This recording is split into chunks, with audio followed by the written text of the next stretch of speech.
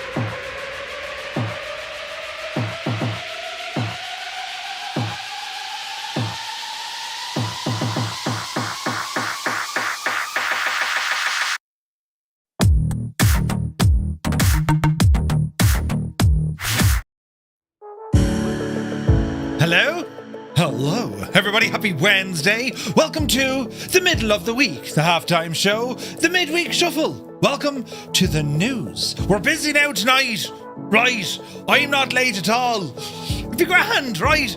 The middle of the week, traditionally known as the hump.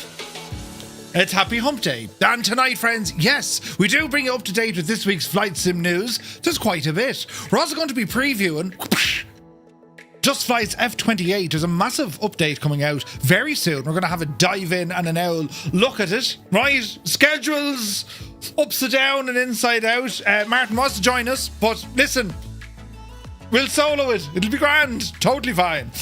Then, friends, we get to check out the Jag. This is going to be exciting. The SEPECAT Jag on the way by Azur Poly. We're going to be having a look at that. We also check out Nuuk, or is it Nuuk Airport in Greenland? That place they want to buy. And this one from Simulations, friends. Then we're going to have an old preview of what's happening at FSWeekend, for which I'm flying Gibbo and Muse, the three amigos. Away we go on Friday.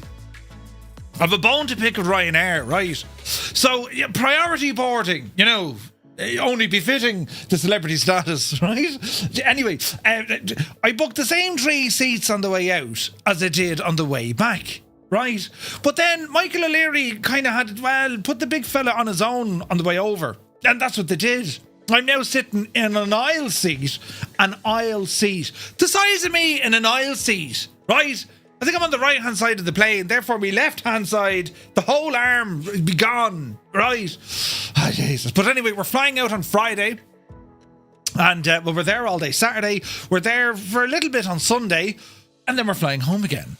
It's going to be a good weekend, and it's Paddy's weekend as well. It's all go, lads. It's all go. But before we even get to the event, well, there's all news and stuff starting to come out. The event itself is going to have a number of announcements, and we'll start tracking those here now in a few moments. But, it's exciting times. This is the first FS weekend I'm going to attend, and the biggest thing at any of these events, be it FS Expo or now FS Weekend, well, it's getting to catch up with members of our community. It's getting to meet you finally and say, Jesus, how are you? I'm as loud in real life as I am on the internet. So earplugs might be required. Do you know? Now, any news of the round today? Jesus, a busy day in work, lads. Busy day. Did I do it? Oh, come here. Oh, Jesus, that right. So, a fella came into the place today and he drove in the friggin' where cars go in a truck. And our trucking antics on a Tuesday night, well, it's led me to be something in a place of authority when it comes to how you're supposed to drive. Right? Anyway, Jesus then, he wasn't going to get out easily. So he had to back it up, right? He had to back it up. And he made a terrible mess of the place. Ran over the grass, the curbs, the whole shebang, lads. There's always one, isn't there? Like, right, let's put this 45-foot trailer down this tight little space here. Do you know, my heart went out to him now, you know. I kind of said to him, Jesus, I've often done that on a Tuesday night. And he kind of looked at me, you know, as if I had something more to add to that. I didn't. So he thinks I drive on a Tuesday night. Technically, I do. But anyway, you're all very welcome in. How's your week going? Has it been reasonable?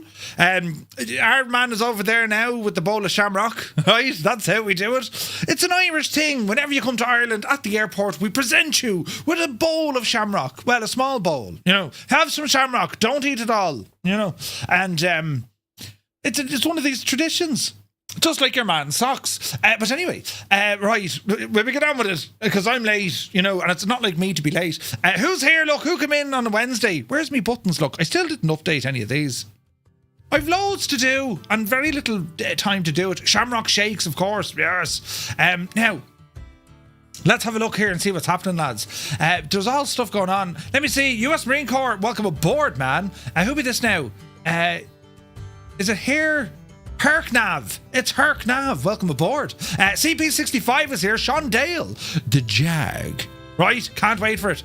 Super Ty is in the house. Muse fan bursts in the door with his passport. Right? Happy... No, he doesn't. He says how he is. Just mad jokes. Happy hump day. Now, Muse. No delay on Friday. We'll be standing around waiting on you. There'll be none of that now. Wait now, what's he saying? Can I get a refund? There'll be no refunds. Vacuum is in the house, good to see you. Livtorius is in the house as well. Strap21, hola. Chalks is here. Two dogs. Greetings from Wisconsin. Greetings from Tipperary. Hope you're well. Who else come in the door? Led Ballooner, good evening. Mac Vision is here. Nightset, Vince C. Chaz Babylon. Welcome aboard, my guys. 98 Vulcan, he says hello all from Gosford in Australia. Hello from Tipperary. The weather, not too bad. It's dry, lads. It's dry. About 10 and a half degrees. Not too, you know, shocking. But the sun is out. Right, so it's grand. Once it's dry, we don't mind. Filthy is here. Fierce Wolf rambles in, looking fierce. And Wolfie, good to see you, man. Shuffle Shoes shuffles in. AJH John, hope you're well. Death's Angel is in the house. Happy Wednesday. Zybok Doc calling from Denmark. Hello from Tipperary. Hope you're well. Spitfire RAF 100 here in the chat. Very happy Wednesday to you. Anthony V is here. He says good day from the Southern Hemisphere. When I got down eventually to the Southern Hemisphere, you know, I had to do what every Northern Hemisphere person does. You know, flush the jacks. And it did turn the other way. It's amazing what it does. You know, gravity and that. Brilliant. Creo, good to see you. Speedy, welcome aboard. Speed NYC. He says, yo, from New York City. Hello from Tipperary. Very far from any city, but you're very welcome in. Bell Bro is here. The damn weeks fly by. Indeed, and they do. Willem FS, good to see you. Dakey Decimus is here. Happy Wednesday. Toto, 24.95. How's the wiring going, Toto? Be Janie then. B. Carlo, you're very welcome aboard. Little Trader is here. Vasco from MSFSaddons.com. You're very welcome. Vasco, are you heading to this place? I keep asking you and you keep telling me, and then I forget again. Are you going to the Netherlands this weekend? Now, let me see. Nick is in the house. Good evening. John Drace is here. Helric, a good evening and top of the week to you all. Once again, time for our Mads host, Murph, with the news. Right? It's what we do on a Wednesday. Vasco is going. Brilliant. There will be beverages.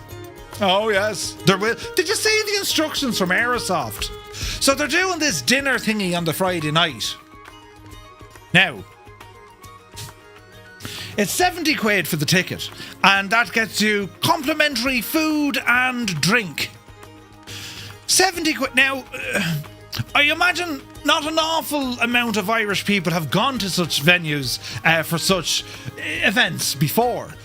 So the ticket prices next year will be about 140. Right, I have it on good authority. Free drink to say. But yes, John Race, welcome in again. Sky Sailor, good to see you. Hello from Frankfurt. Hello from Tipperary, you're looking well. Soaring AJ. AJH man, hope all is well. PH Roy is in the house. Hope you're keeping well. Cyrus T with the Jesus. Has he broke it? No, yeah. I broke my screen yesterday. B. Carlo, 25 streams in a row. Thank you very much indeed. Proby Pete is here. 2 more flights and I will have completed the Firefly Air monthly schedule. Ooh, nice. Did I say monthly or monthly? Sound out, Murph. Toombs is here. Welcome aboard. Airlock Doc. All the news that fit for Murph to say out loud without Mrs. Two-Tone getting out the frying pan. Yes, indeed. 50 is more than 49. That's the bottom line, because Stone Cold said so. 50 streams in a row, Airlock Doc. Give us a hell, yeah. Stone Cold. Great bit of gas, your man. He was brilliant. Who was your favourite wrestler? Or wrestlers? I'll tell you mine, and Stone Cold is one of them, right? But yes, Tima is in the house. Welcome aboard. Now, Schutz is here. Hope we're all doing good. Yes? Looking forward to the Fokker. Indeed. TG Sims is in the house. Happy Wednesday. Nuuk for the Bremen flights. Indeed. Nutty Slack is here. Welcome aboard. You're 8 now. You're Simon Loud, so we know. Wait, what? Super Loud. Gunho Guy, 5 streams in a row. Thank you very much indeed. The only difference at FSWeekend is there's no volume knob. Yeah, but you're going to hear me before you see. Well, most people do. They'll hear me before they see me. Murph, if you didn't yell, you can't park there, then what the heck have you learned over the last few weeks? Listen, it could happen to anyone, you know. Done that for real, says Cree. Oh, Jesus. Fiber Strike is here. Flew the Zlin Norden across England, visiting all 20 teams of the Premier League. Fiber Strike, you need to follow a real sport. The Gaelic Athletic Association, the GAA. And, you know, Tipperary hurling. Right, I'm telling you, change your life. Don't mind DZ just running around after a little white ball, you know, falling over because someone blew air in their eyebrow, right? No, you need a real physical kind of a sport like the GAA. Hurling or football, doesn't matter, either one. Yep. The country dad is here. I've got the common cold, but got SayIntentions for the first time. Ooh, so quite happy. Nice. Yeah, Shamrock Shakes for the win, man. My FSWeekend backpack is ready. I haven't done anything yet. I was trying to count this out, lads, right? So, Friday night. Saturday night, and then Sunday. Now, in the math of Murph, that's 5 jocks, 5 socks, 5 tops, t-shirt or shirt, right? 1, maybe 2 jumpers, and 1 well, there will be 2 pairs of trousers. Well, 1 pair, hang on, 2 pairs of trousers, yes. Jeans and me other, right. Gibbo's wearing Speedos, I heard.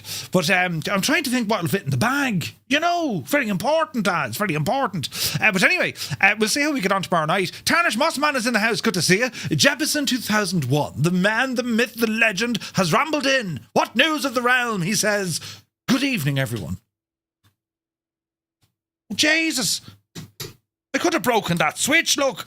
Jefferson, you're very welcome in. That was dangerous, look. But anyway, oh, look, I have a button here that turns these off. Yeah, right?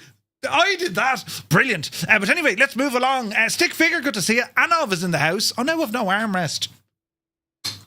We'll try and compromise it. Lads, tell me not to bash off the oak with the thing. It'll be shagged, right?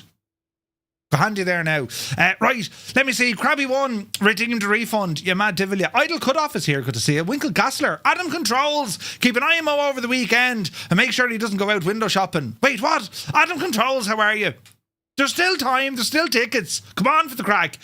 Muse says, should I be there 5 hours before the flight, propping up the bar in the garden terrace waiting for me and Gibbo? What are you talking about?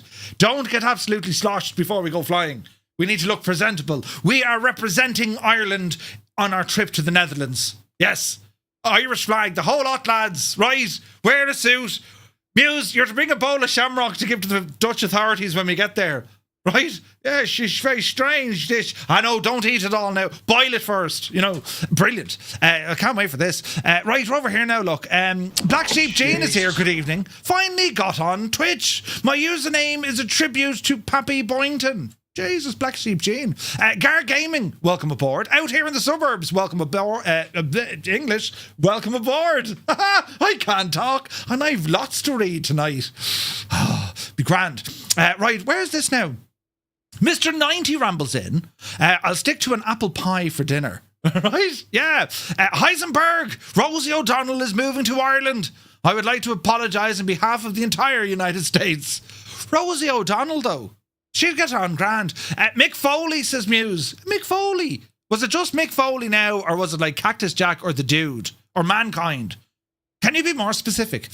Where is this now? Supertai says, if you don't know what a siamang is, it's a very noisy athletic ape from the southeast of Asia. The Cork Zoo has some. Oh, does it? I must rumble down to Cork. Lads, have you got a very noisy athletic ape from the southeast? Does say you're looking at it. Wait, what? Gabe is here. I always tell my Canadian guests hurling is like hockey, only it's played by men, right? Jesus. Well, the Canadians, they're lacrosse more so, are they not? Well, I know they're big into hockey, but isn't lacrosse? Lacrosse is similar-ish, isn't it, to hurling, sort of. 22 wimps running around in circles, kicking a bag of wind. Give me a DC-6 painted by great fireflies, says Sean Dale. Yes, that's a sport. Airlock says, Stone Cold Mick Foley, of course. And see if you can guess, ladies and gentlemen, boys and girls, children of all ages. Is that, the Road Dog? You like DS? DX. Brilliant. They'll be drunk when we're landing. Not at all. Well, probably. All of them. Probably his Mankind era. Foley was awesome throughout. He was. TG Sims, thank you very much indeed. 6 months in advance. You're very kind. Also terribly optimistic, but thank you very much indeed. Because usually it takes a week or two and you'll say, that's enough for that guy. Do you know? Greg Orr is here. I once saw some guys playing hurling on the fields at Stanford University. I ran away. Jesus. Willem, Speedos. Oh, you better believe it. Spandex and Speedos. Do you know? Anyway, who else come in the door here? Hello to our YouTube viewers. Uniform Goose. Good to see you, Goose. Steve Stavros is here. Spiner, welcome aboard. Daniel Meyer. Very happy Wednesday. Dave Cleary, a legend, Dave. 5 minutes to myself. That's a great name. You're welcome in. The Limbics is here doing the work lurk. Siddle, welcome aboard. Leonardo da Vinci, you're very welcome in. Robert Harrison, how are you? Marty K, Mrs. TPHI, good to see you guys. Tyler Z Gaming, good to see you. Northland Air is here. Bartman, good to see you as well. Flinicky, welcome aboard. Chucking the stream was so funny, I almost busted me gut laughing. Right? I roared myself to sleep last night. But yes, Visualize, welcome aboard. Bjorn Johnson, good evening from Sweden. Hello from Tipperary. How are things in Sweden this evening? The Limbics went to an event in Australia that had complimentary food and drink. Needless to say, it was a competition between those of us from New Zealand and the hosts from Australia. Who won? Who was the last one standing? Mark Arnott here, good to see you. Now that the marketplace is here, I need to relocate my community folder elsewhere. Ooh, yeah, we'll have a look maybe. Jim Messenger, welcome in. Podge, he says hi from Podge. Good to see you, Podge. Ernie, you're very welcome aboard. Zappel jumped in. Good afternoon and evening, Murph and fellow flyers. Have fun in the Netherlands at the weekend. Looking forward to it, my guy. Looking forward to it. Flinicky says, I played lacrosse for years. Midfield. I wished it was more popular at the time. That was 15 years ago. You'd have been on fire with these streams. Oh, I've been on fire. The man is on fire. Thank you very much indeed. I used to play left back. Yeah, that was my position. At the clubhouse. Left back at the clubhouse. Last man standing was a tie. No one remembers? Brilliant. Neil Roberts, watching on here today for a while. Good to see you, Neil. Thanks for joining us. Right, I think I've caught up, have I? I have. Look at that. We're on fire here. Absolutely on fire now. Big Nine Rugby. Rugby. Come on, rugby's brilliant. Big Daddy and Giant Haystacks. Was that like Big Daddy Cool? Diesel, no? Lay back more like Murph. Lay back more. My brother played lacrosse for a year in college. Lacrosse is, I've watched a few games of it. It's full on, do you know? They have all the padding, granted. None of that in the GAA, you know. But yes. Jesus! Cyrus T bursts in the doors, roaring, he says. Get on with it. With a tier friggin' 3 for 34 months. Cyrus T, thank you very, very much indeed. I shall indeed get on with it. Press that button. Oh, look at, see how quick that worked. Right, quick. Cyrus is giving out to me. Come on over here, look. Ah, yes. Whoa. Now, Jesus, I nearly fell over, lads. And I can rebalance the armrests on my gadget. Magnus is here as well from Sweden. Welcome in, Magnus. Hope you're well. Hello from Tipperary. Right, lads, this here is the F28 Professional. This is from Just Flight. You've seen it before, they've released it before, but they are now working on a brand new update, and this is version 2. We're going to have a dive into this in a couple of moments after the news, but it's running here in Flight Sim 2024, and it looks incredible. There's a number of fixes, enhancements, new features. They've done an absolute barrel load of work here, and well, they've just done a barrel load of work here. There's quite a bit to get through, and it's an aircraft.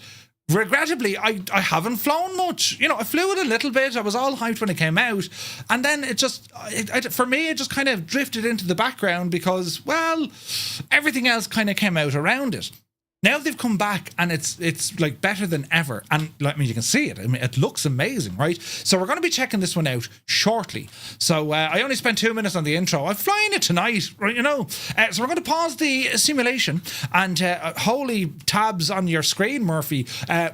We'll start with the news, and there's quite a bit of it. So we'll start at the beginning. Did you hear this one, lads? Microsoft Flight Simulator announced Embraer Praetor, the 600, as part of a new strategic partnership. Ooh. It's a huge news for Microsoft Flight Sim, especially for Brazilian aviation, alongside the release of World Update 19 and the Cap 4. We'll have a look at this now in a moment. Well, the Microsoft Flight Sim team have also revealed today an exciting new partnership with Embraer, the renowned Brazilian aerospace manufacturer. The collaboration aims to introduce several of Embraer's most popular aircraft into the sim, and they're going to start off with the Embraer Praetor 600 series, which will be released a little bit later this year, part of their Expert series. Now, if we want to turn around and figure out the Expert series, right, wasn't that the ATR? Am I raging? Wasn't the ATR their Expert series, meaning that it was full on up there with a study level simulation? Could be wrong, but this is going to be interesting, right? And it's a new era of Embraer aircraft.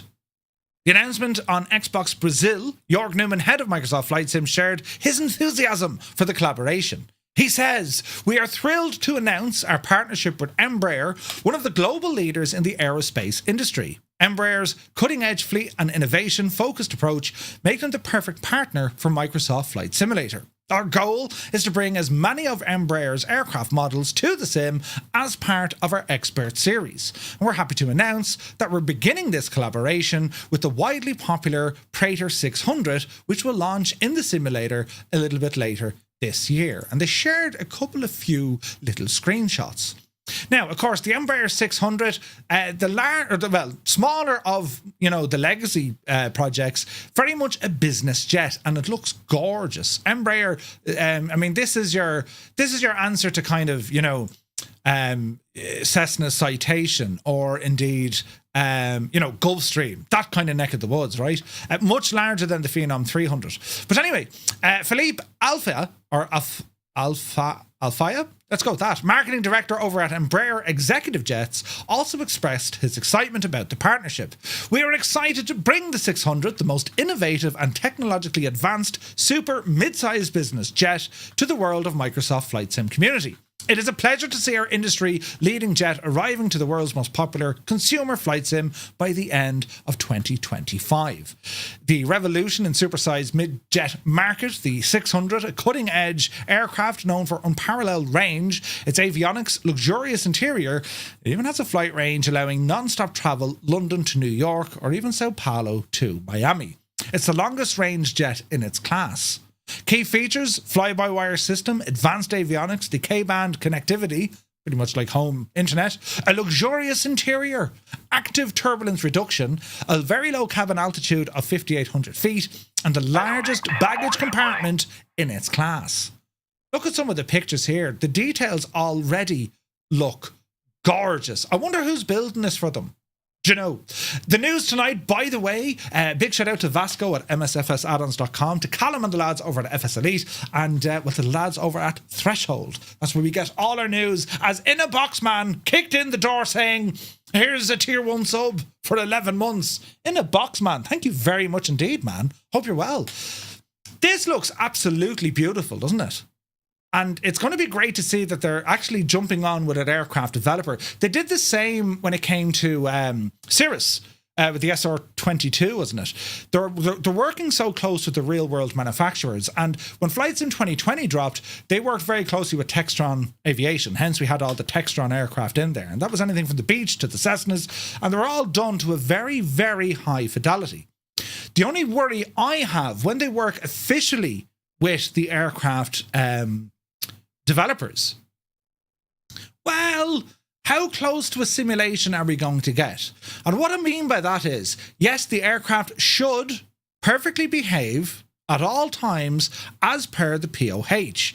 But aircraft developers, just like, well, the manufacturers, they mightn't be too happy about potential failures. So there might be, no, our plane will never do that. So there's always that little bit of a challenge. But either way, this is very exciting news. The fact that you have the real world manufacturer working with Microsoft in this, we're going to be in for a treat. We have to be, because, you know, Embraer are not going to sign off on anything that they mightn't like. Do you know what I mean? Muse, did you see that? I was just testing your reaction speed.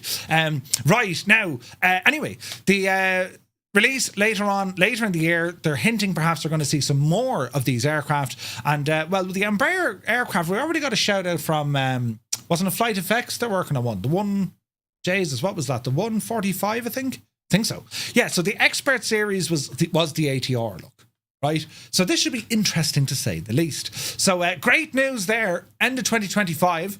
Now, they've also introduced a new aircraft with the latest world update with a local legend, number 20 on the list, and it's the Cap 4 Palestina, right? And it's a free aircraft.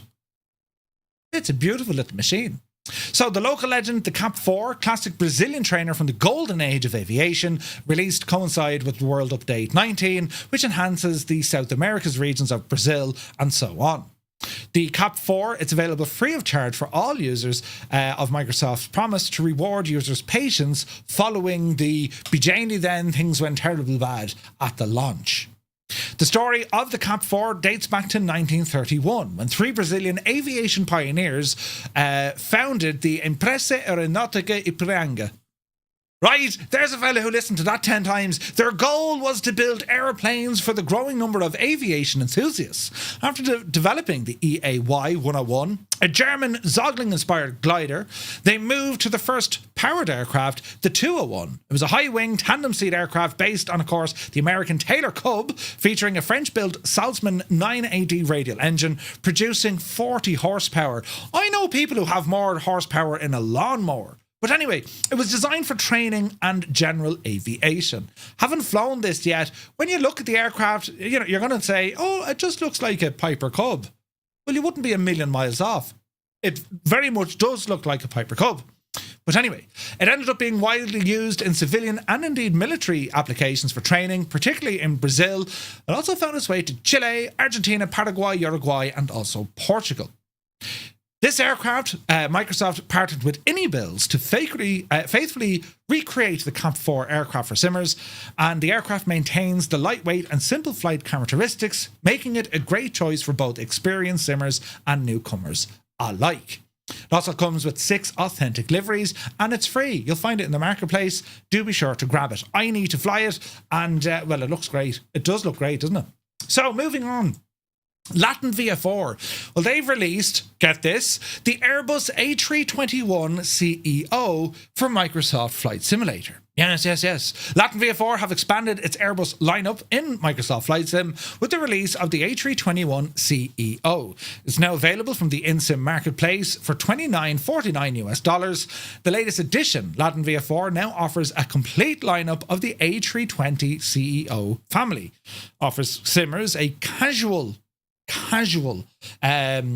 experience, if you like, with a range of functionalities that go beyond kind of basic simulation, but they do stop short when it comes to the higher level of complexity.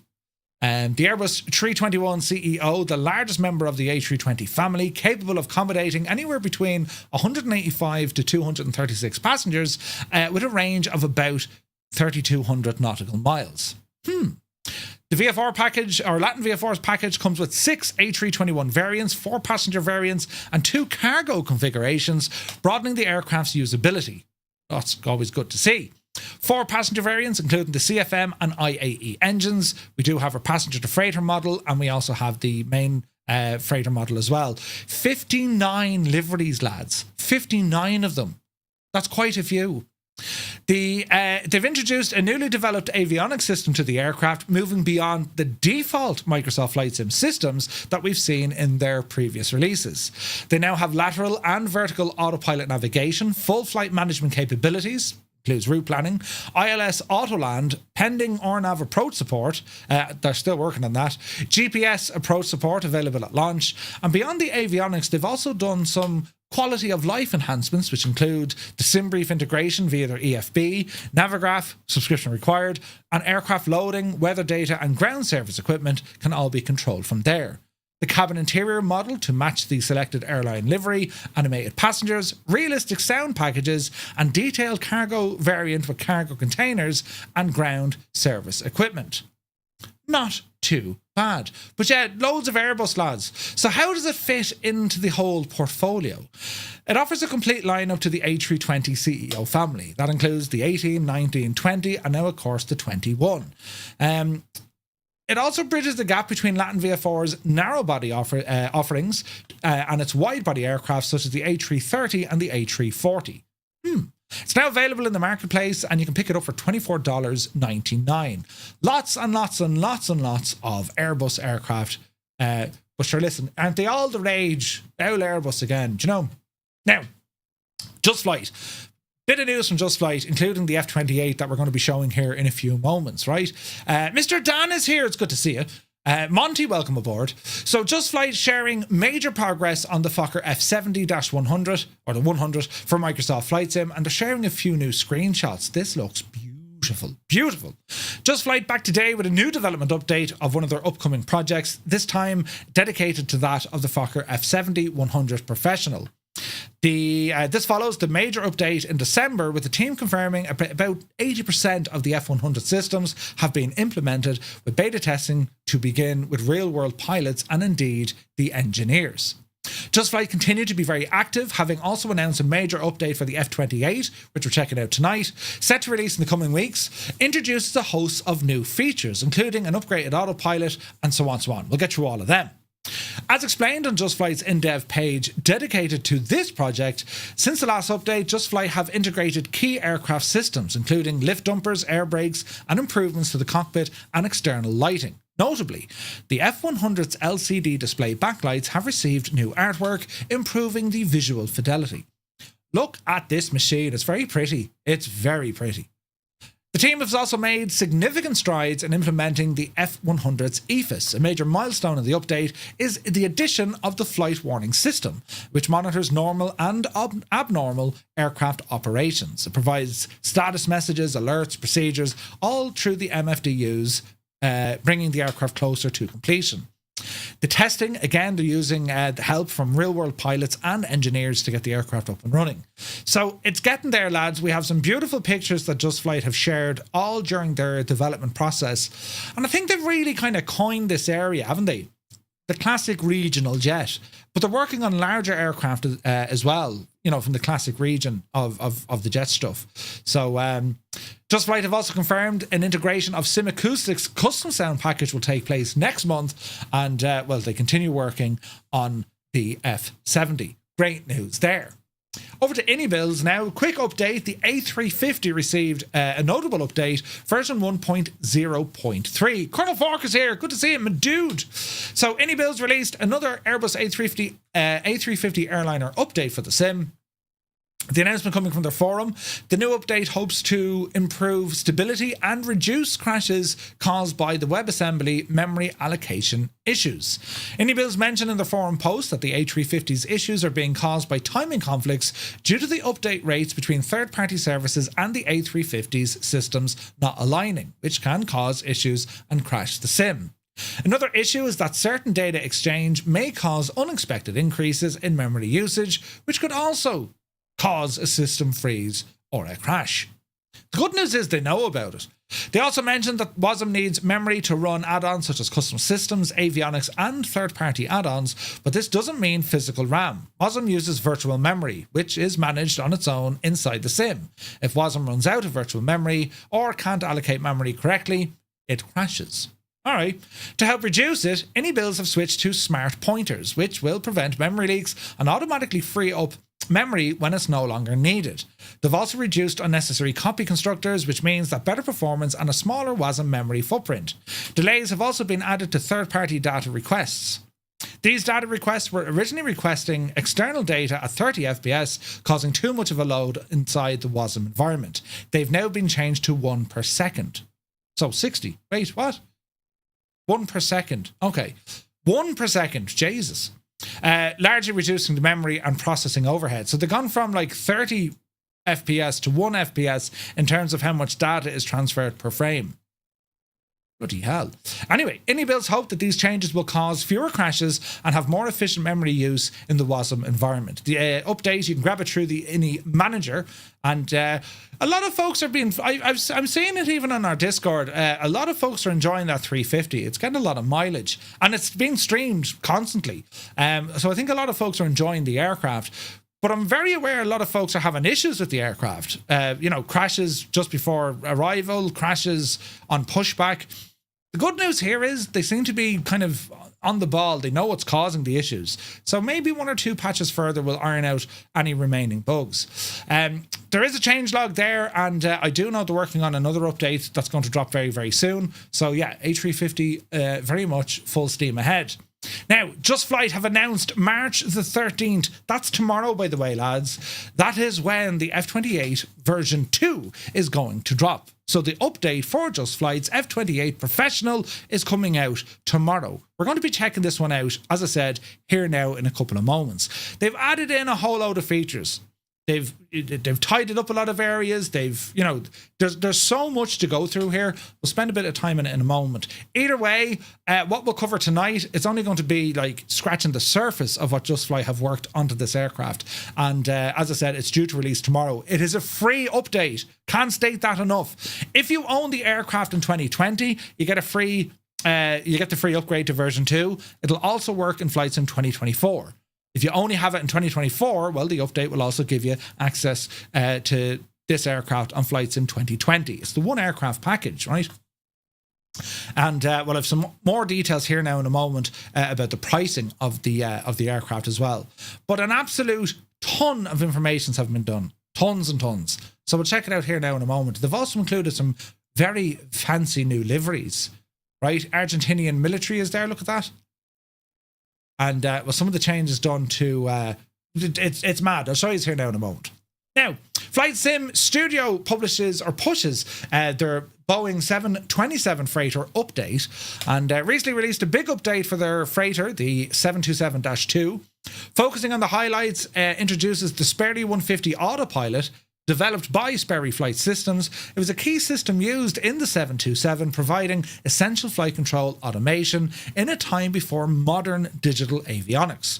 Flight Sim Studio have carefully recreated the functionality to provide an authentic experience, including the option to assign hardware buttons, especially for those with dedicated hardware setups.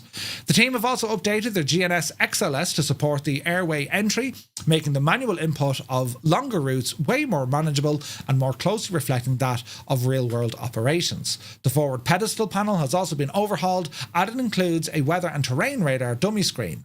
Flight Sim Studio have made several improvements to the sound design, including a more distinct Pratt & Whitney JT8D sound set with adjusted volume levels and improvements to the sound positioning within the aircraft.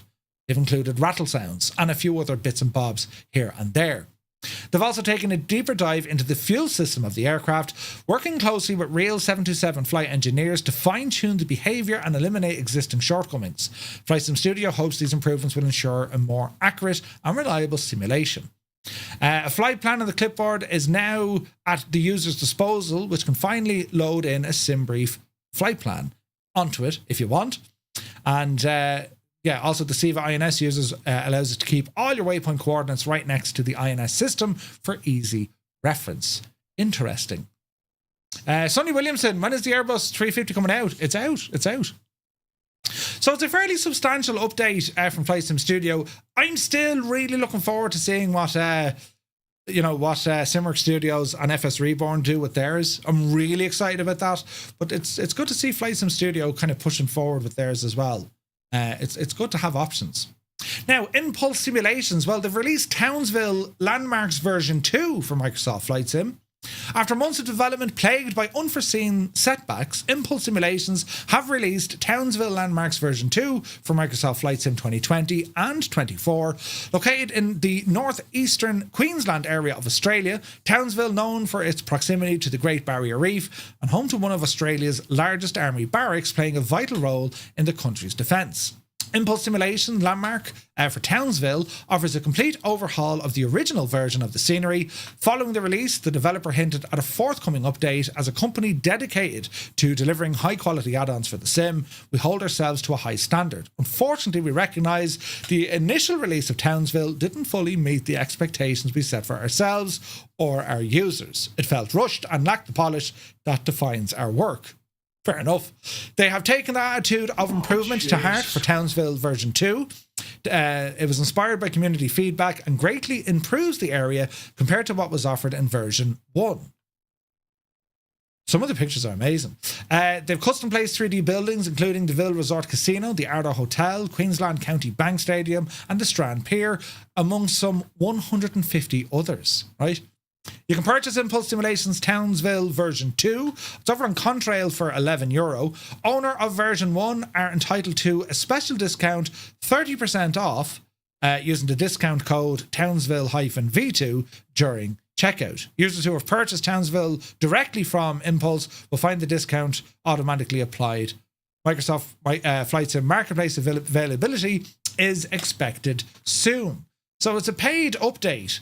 It's kind of a strange one, Impulse. So you released the product, you weren't terribly happy about it because you felt that it could have been up to better standards. So here's a new one and we're going to charge it again. Have I missed anything there, lads? Did you hear that as I read it? Seems strange. It looks beautiful though. And yeah, let's see what happens. Cornwall, thank you very much indeed. 23 months, you absolute ledge. Cheers, man. Yeah, seems kind of strange. Look, let's see what Impulse can do with it. It's just a funny statement, like, yeah, we released it. It should have been better, so here's a brand new one and we'll charge you for it. Right, moving on. SimPixel. They've released Weeze Airport for Microsoft Flight Sim. Or it could be just Weeze. Maybe it's Weeze. I don't know, lads. But anyway, they have released a new airport for Microsoft Flight Sim. The North Rhine-Westphalia Airport. A key hub for budget airliners and general aviation. According to SimPixel, the scenery features high-resolution textures, PBR materials throughout, weathering effects across the airport. Every structure from terminal to hangars have been modelled with painstaking accuracy to reflect the real-world airport. Additionally, SimPixel have a fully modelled and textured the terminal interiors. Weeze, yeah. Is it Weeze? What do you call it, lads? It's in friggin' right. I struggle with normal speaking. Conti spent some formative years in Townsville. He flew a detailed and nostalgic low and slow over the scenery yesterday. Ooh, nice. Right. Jesus. The scenery also includes static aircraft and various ground vehicles positioned around the airport, including baggage carts and other ground service equipment. Weeze, just simple German. Weeze, yeah. Used to be RAF Larberch. Oh, really? Is it pronounced Weeze or Weeze or Weeze? Like, do you know what I mean? We can speak. The airport now available through AnyBuilds, priced at £9.99 or £11.91. For a full feature list, we have many things here. Compatible with both platforms, 2020 and Weeze, says Mark. Weeze? Really? Let's go with that. Custom 3D models, dynamic lighting, and so on. There's a little video here we'll have an old preview of it, lads. Let's check this out. Play some music and do a thing with a yoke.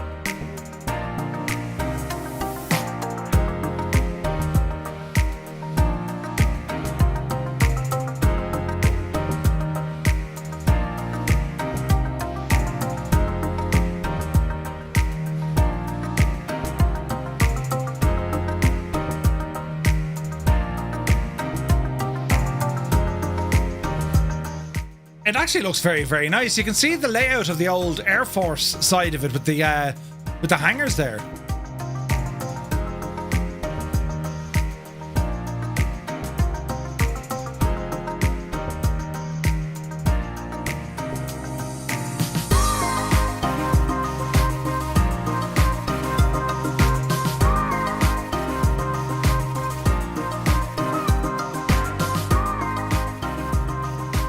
It looks very pretty, true to life, night lighting, and if you look very closely indeed, you'll see some Skodas. Brilliant, instantly going to be an amazing scenery. So yeah, it looks really, really nice. I like the way the old Air Force hangars are plopped around the place. It looks pretty good, doesn't it? It looks pretty good. So that's available right now. You can pick it up over on the IndyBuild store. Moving on, friends, Flightbeam have announced a major update to Kilo Sierra Foxtrot Oscar. That is San Francisco. A massive update. Now, you might remember when they released San Francisco, I think wasn't there two of them? Flightbeam did one, and I forget who else did the other one. We'll learn about it here. But anyway, they have a massive update coming. Established scenery developer Flightbeam Studios announced in a blog post on their website that their well-renowned San Francisco has received a major facelift as part of a wider update to bring compatibility forward to Microsoft Flight Sim 2024. Their ground textures on the 2020 version were already pretty good, but they were severely limited by the previous SDK, meaning that they can go absolutely bananas now. All the ground assets have been re-optimized and re-exported using the new SDK in 2024, also making the list of new features are entirely custom lights for the runways and taxiways, which form a more immersive nighttime flying experience. Native visual docking guidance systems on Alpha, Bravo and Echo, and also golf gates and various flora and fauna around the airport, including a pair of seagulls, which Mir says will be judging all our landings. Love it. Look at some of the it was AmSim, BMW AmSim. Energizer, good to see it. This update has been released. Yeah, look at the seagulls there, the pair of them. Fine. San Francisco, man, what an airport. What an airport. Look at that look. Jesus, look at that. Fantastic look. The team also including scans of assets taken by or at the real airport, the result of numerous on-site visits by the team, with Mir highlighting the quality Flightbeam is known and respected for by saying, "We don't Google Earth developer products, unlike some of the competition." Those fighting words.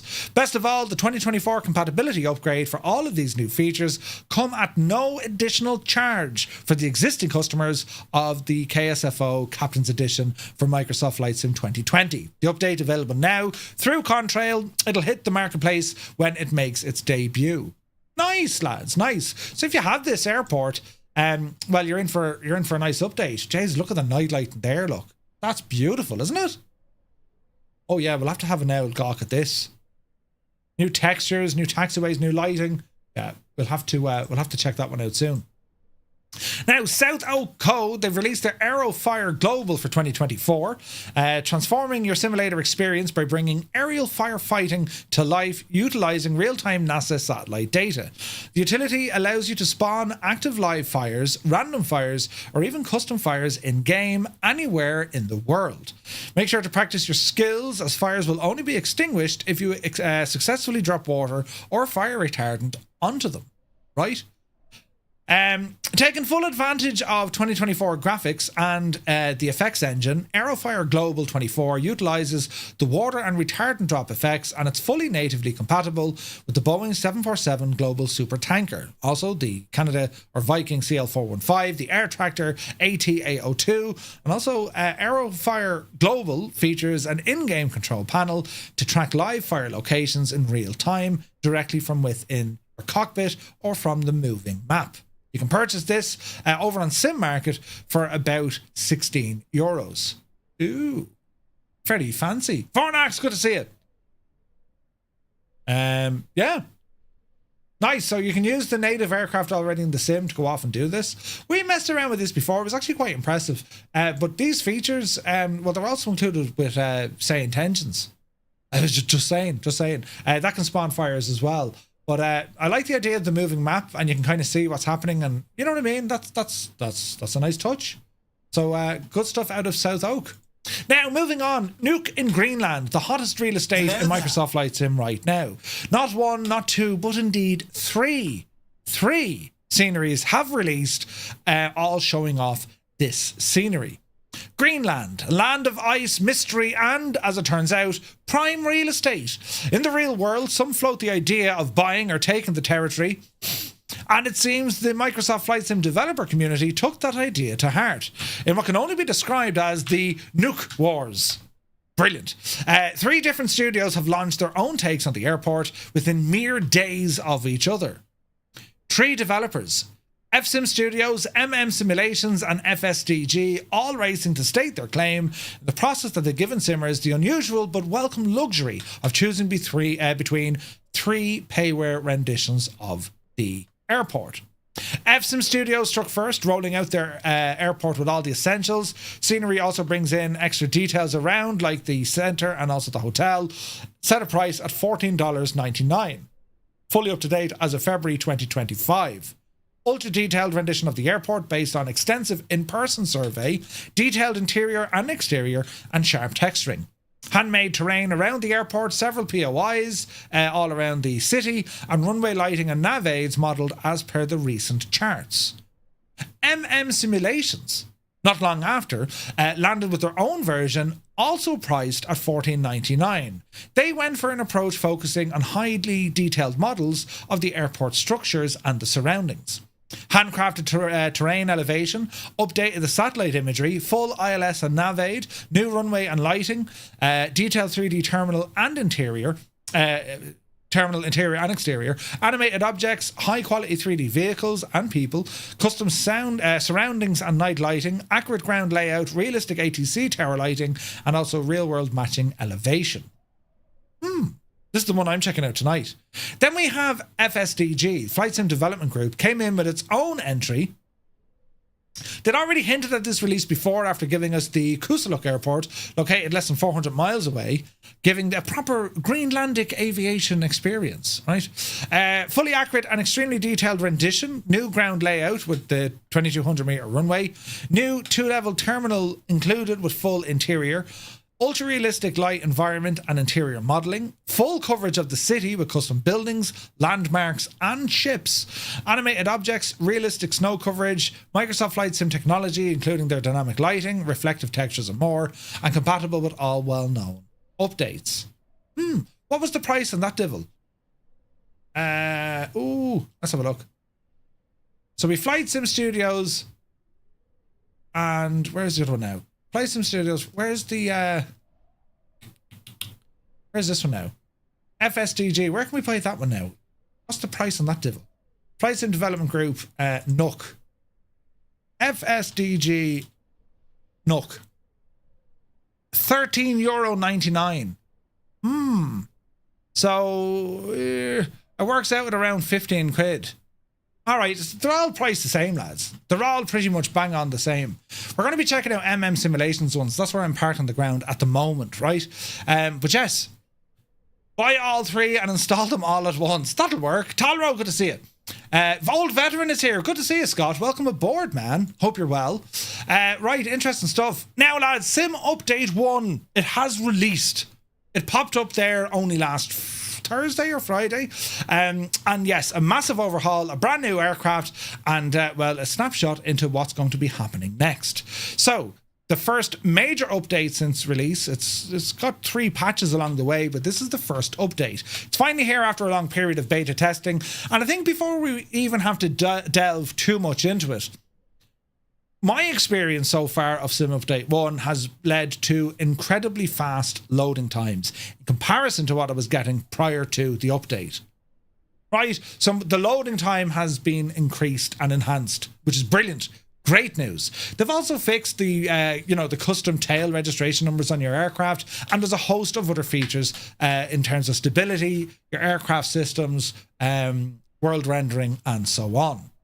They've also included a brand new airplane, the Cessna 185F Skywagon, that one built, I think, by Carenado, and, well, the stability and performance. They've fine-tuned WASM performance, crucial update for the aircraft add-ons, and it also makes a noticeable difference for the third-party developers. particularly the likes of PMDG.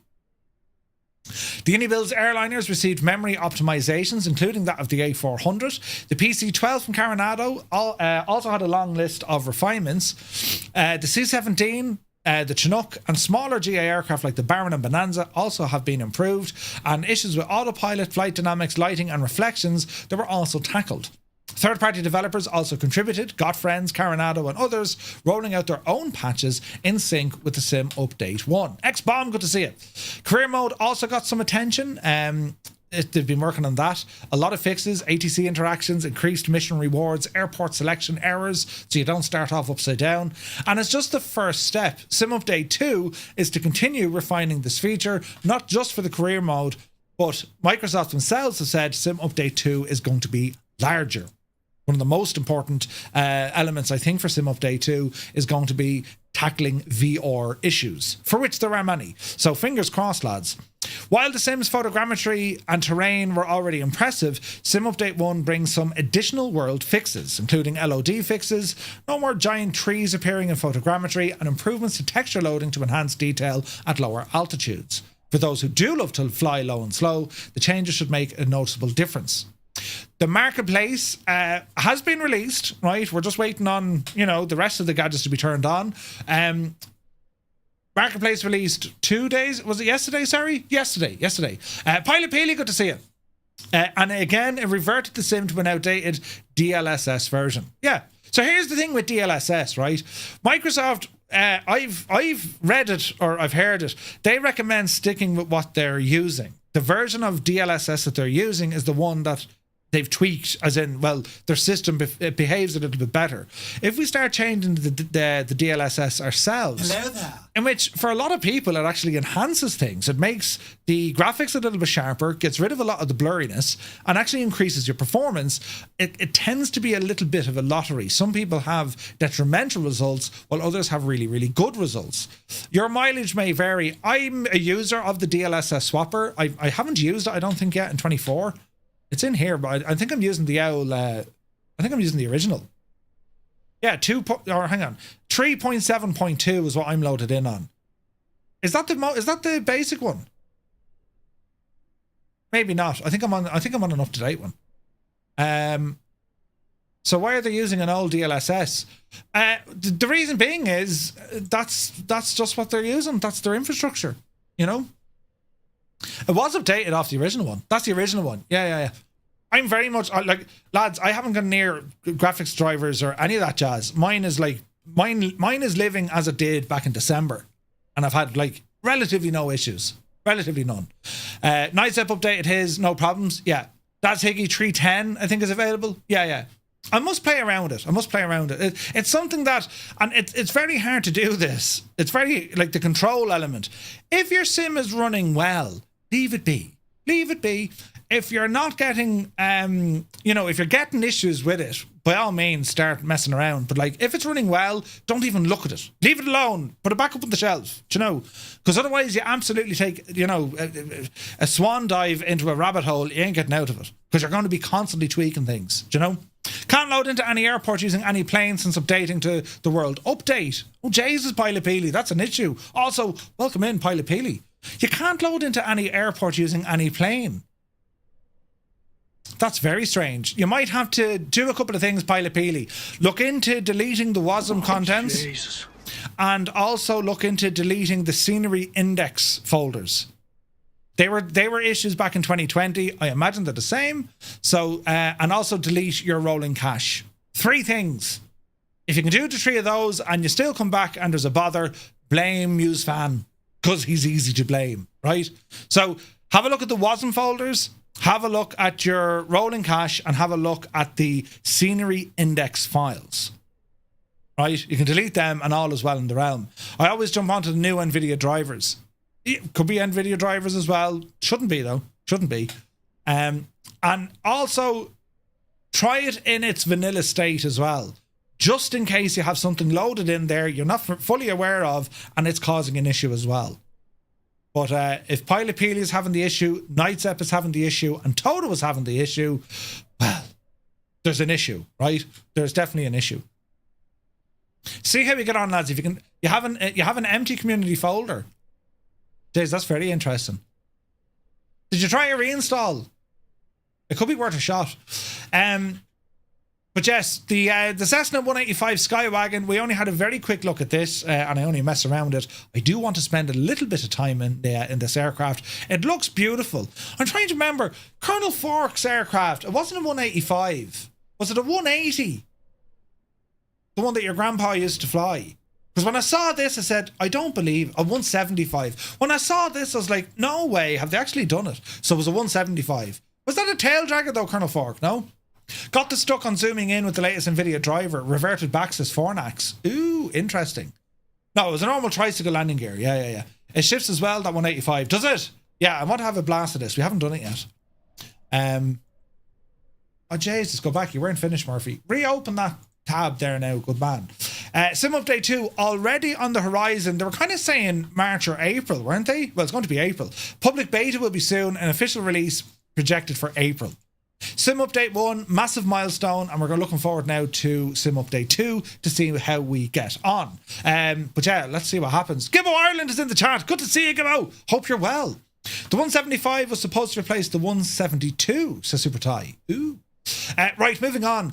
They have released World Update 19, Brazil, and a few other places. This has been a long wait. Folks have been looking for the Brazilian update for a long time. It's finally here. Geographical updates to Brazil, Guyana, Suriname, and French Ghana or Guyana. The free update available to all Microsoft Flight Sim users introduces some breathtaking landscape, meticulously recreated cities and landmarks that, for the first time, capture the essence of South America's diverse environments. As with previous world updates, the sim partnered with Bing Maps, Maxar and Vexel to craft the expansive update. And, well, the good news is you don't need to download it. It's just there, you activate it and everything gets streamed to you. It's not a 6 or an 8 gig download. That's kind of handy. But anyway, the new update gives us 75 points of interest, which is great to see. Tons and tons and tons. There's a little trailer here. I'm sure you've seen it, but if you haven't, we can probably play this and not get in trouble because it's Microsoft. Hang on, we have a look at this video, lads. Let's see what happens.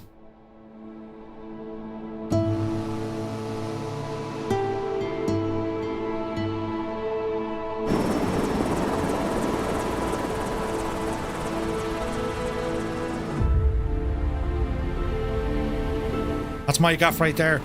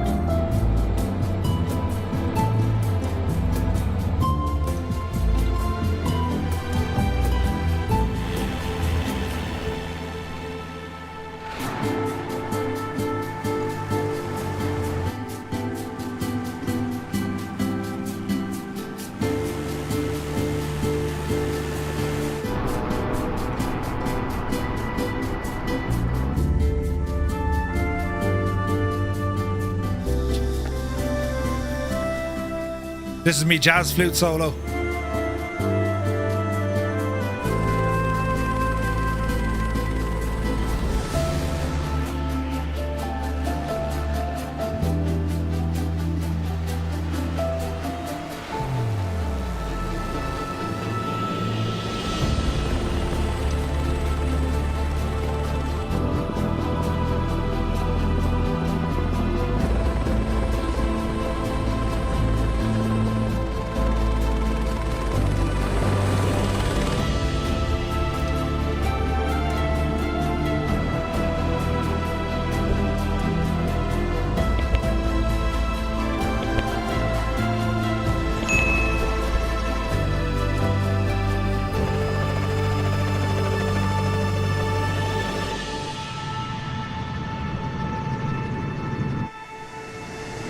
It's very pretty, this, isn't it? Jesus, then it's... Shut up, Gibbo, who asked you?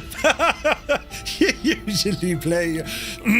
Anyway, 4 new photogrammetry cities, friends, have been including that of Brasilia, the Ouro Preto, Rio de Janeiro and Sao Paulo. Nice. Also a couple of brand new handcrafted airports, some Gaia simulations, and yeah, it's freaking gorgeous looking. It is absolutely incredible looking. So if you're on 2020, yes, you have to download the whole shebang. If you're on 24, you have to activate the packages and then they are streamed to you. This is probably the best trailer I've seen from Microsoft for a World Update. They've really done well here, except of course for the big chopper with the gadget that doesn't work. But apart from that, it's absolutely gorgeous. This looks incredible, lads. Bus trips are available for our 2020 flyers, and well, there's going to be more coming. The additional Brazilian-based challenges are going to be live on Paddy's Day. Helicopter landing challenge, the F18 rally race through Rio de Janeiro, and low altitude challenge in an L39. Ooh, nice. So yeah, it looks incredible, doesn't it? They've been a while making this. I remember Jorg was so excited when they had access to the photogrammetry. He was like, we're after getting all of this stuff. It's absolutely incredible. So yeah, we're going to definitely have to explore some of this very, very soon in the sim. They've done amazing work on that trailer as well. And you know what?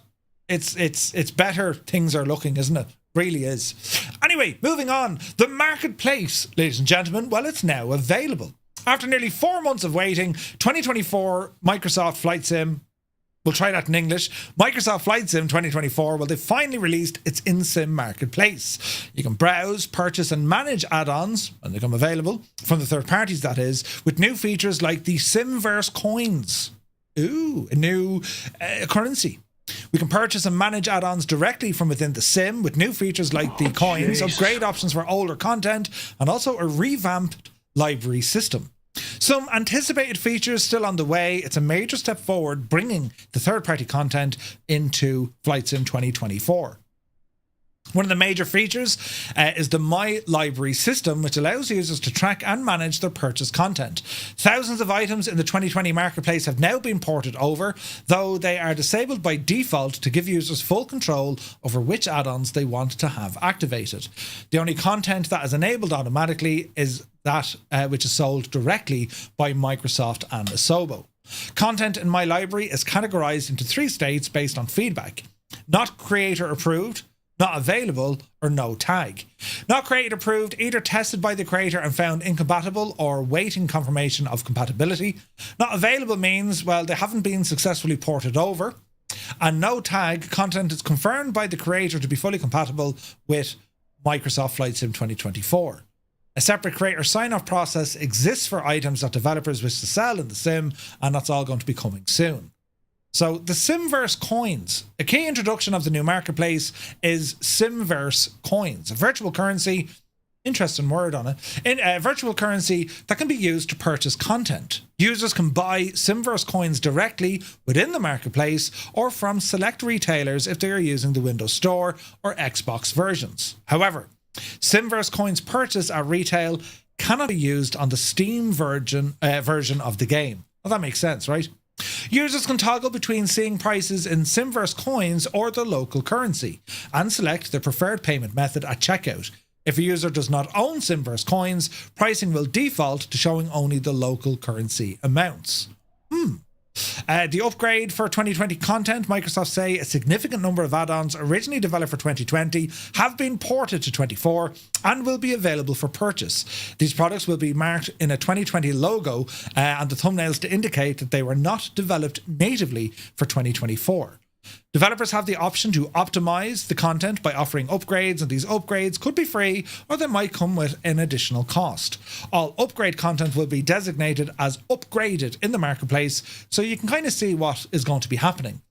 Upcoming features, which include rentals and gifting, well, the marketplace now provides access. Some highly anticipated features such as renting and gifting, well, they're not yet available. All the big switch, good buddy. We just got a raid by Fortney. Thank you very much indeed. Welcome in, my dude. Hope you're well. Microsoft plan to introduce these features in Sim Update 2, which of course is scheduled in April. Really looking forward to that. The idea of being able to rent an aircraft or an add-on prior to buying it, I think that's huge. But also gifting. That's a huge way to go about things. It just wasn't there in the original sim. So we now have lots of ways to, get people to access to add-ons. So it's pretty handy. And what else do we have? Users may experience crashes when accessing the wallet tab in the marketplace. Right, so they need to tweak those. But anyway, this is all very, very positive news. Sim Update 1, the marketplace, things are finally starting to happen, and I think we're starting to slowly but surely feel what all the hype is about. Do you know? Copper Pete, 39 months, you mad devil. Thank you very, very much indeed. Cheers, man. Means I can give the wife and kids birthday ideas so I can buy new stuff. Yes, indeed. What is it? After renting, what happens? So my understanding is when you rent an aircraft, you'll have it for a specified amount of time. And I don't know, can you only rent it once, right? Or can you only get like a free trial once? It makes sense. If you're going to rent it, I imagine you can rent it as many times as you wish because, well, you're going to buy or pay something to rent it, yeah? If it's a free trial, which some of them are going to give you a free trial, that could be for 24 hours or maybe, a week's access. That's going to depend on the developer. But they did say during, the launch of Microsoft Flight Sim 2024, if there is an add-on, let's say it costs $30, right? Well, if you rent it and it costs you $5 to rent the aircraft and they give you access for the week or 2 weeks or whatever, well, if you want to go ahead and buy the add-on outright, they will deduct the rental price you've already paid off the total price. Makes total sense, right? So you're almost it's almost a way of like a higher purchase, right? So whether or not that'll apply to all the add-ons, I'm not sure. We haven't seen it yet. I think it should. Those developers who are willing to have a rental service, right? The whole rental area and with the sim and the infrastructure that the sim is using, some of the biggest challenges developers would have looked at saying, okay, if I were to rent my add-on, what are the chances of it being pirated?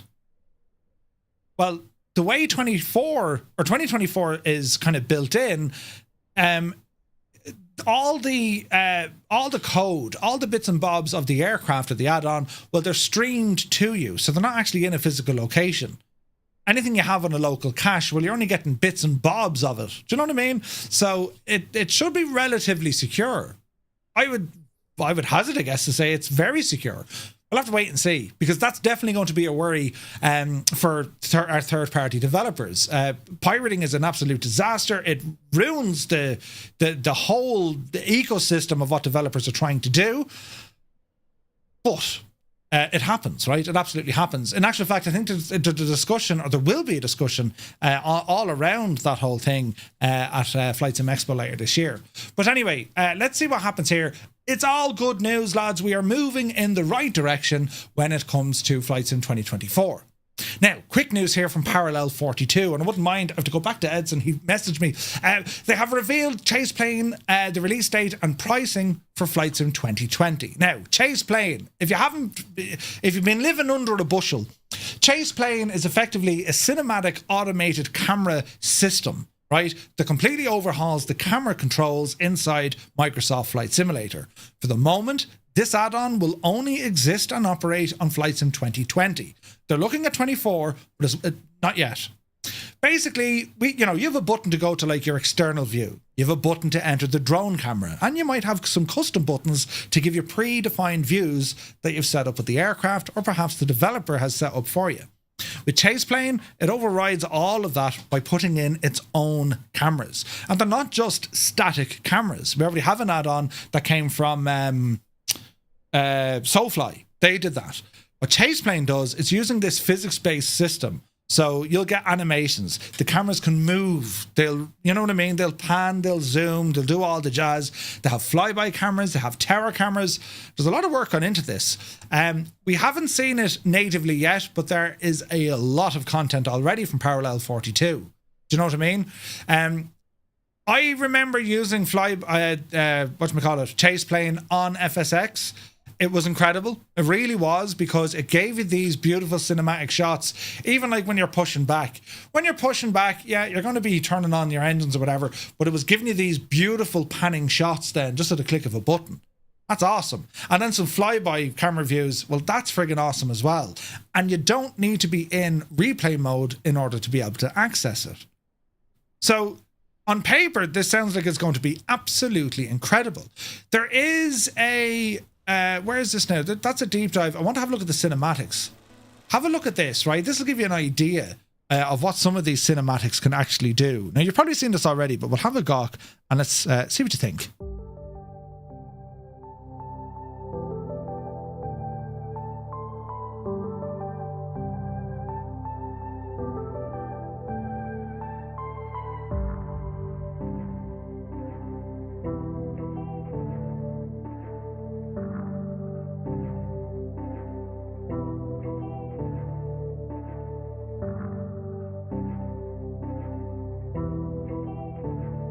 So just to explain what we're looking at here, these camera pans, the movement, well, these are all predefined presets. You click a button and next thing, it just starts doing this. Your view will change to this. All these shots have been created using their cinematics. There's no manual camera movement.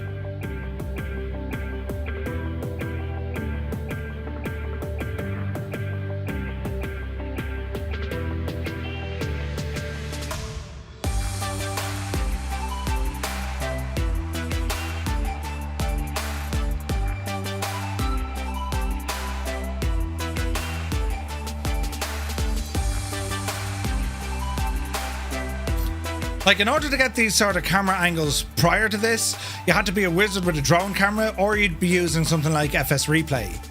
And, you know, you'd have to be panning and moving and doing all this sort of jazz. With Chase Plane, it does it itself in real time. And that's the biggest kind of thing here, right? This should have been a native feature of the sim when it comes to camera controls. I've always been an advocate of any way you can make your sim look better should be a no-brainer. It should be out there. Parallel 42, they've built this to work in Flight Sim 2020. Let's see how it goes for 2024. If this is all automated, click of a button and you can get these some amazing camera shots, it's going to be awesome. Do you know what I mean? Going to be awesome. So anyway, what else do we know about it? Well, it's due to release to the Parallel 42 premium members, I think. Where's this now? The release date, let's have a look. Where's this now? Early access is happening on March the 14th, only for Club 42 members. Once you spend $42 on Parallel 42's website, you get access. It's a €30 add-on or $30 add-on. It's a one-time purchase, no subscriptions or optional add-ons. It's a comprehensive camera control, allowing them to create and save unlimited custom views inside and outside of the cockpit.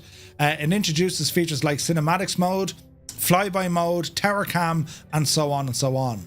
I'm also certain you're able to like share different cameras and profiles and all this sort of stuff. You know what I mean? Yeah, still no word on Flow, lads. Cannot wait for Flow. Flow is so sorely missed as an add-on. But this is due to release, as I said, on Friday. I want to have a look at it. I'm big into the camera movement stuff. I love making videos when I can. And like any video I've made, I shoot everything live. I record it live. Do you know what I mean? And I could be 20 minutes getting one take. I'm in Egypt. I've never used replay mode. I suck at replay mode. Right? So I always use live mode, which means I'll have the camera parked ages away, zoomed in, press a button so I can control the aircraft. I do it a very weird and not an optimized way at all. But anyway, great news from Parallel 42. And, well, let's see what Chase Plane is all about when it is released.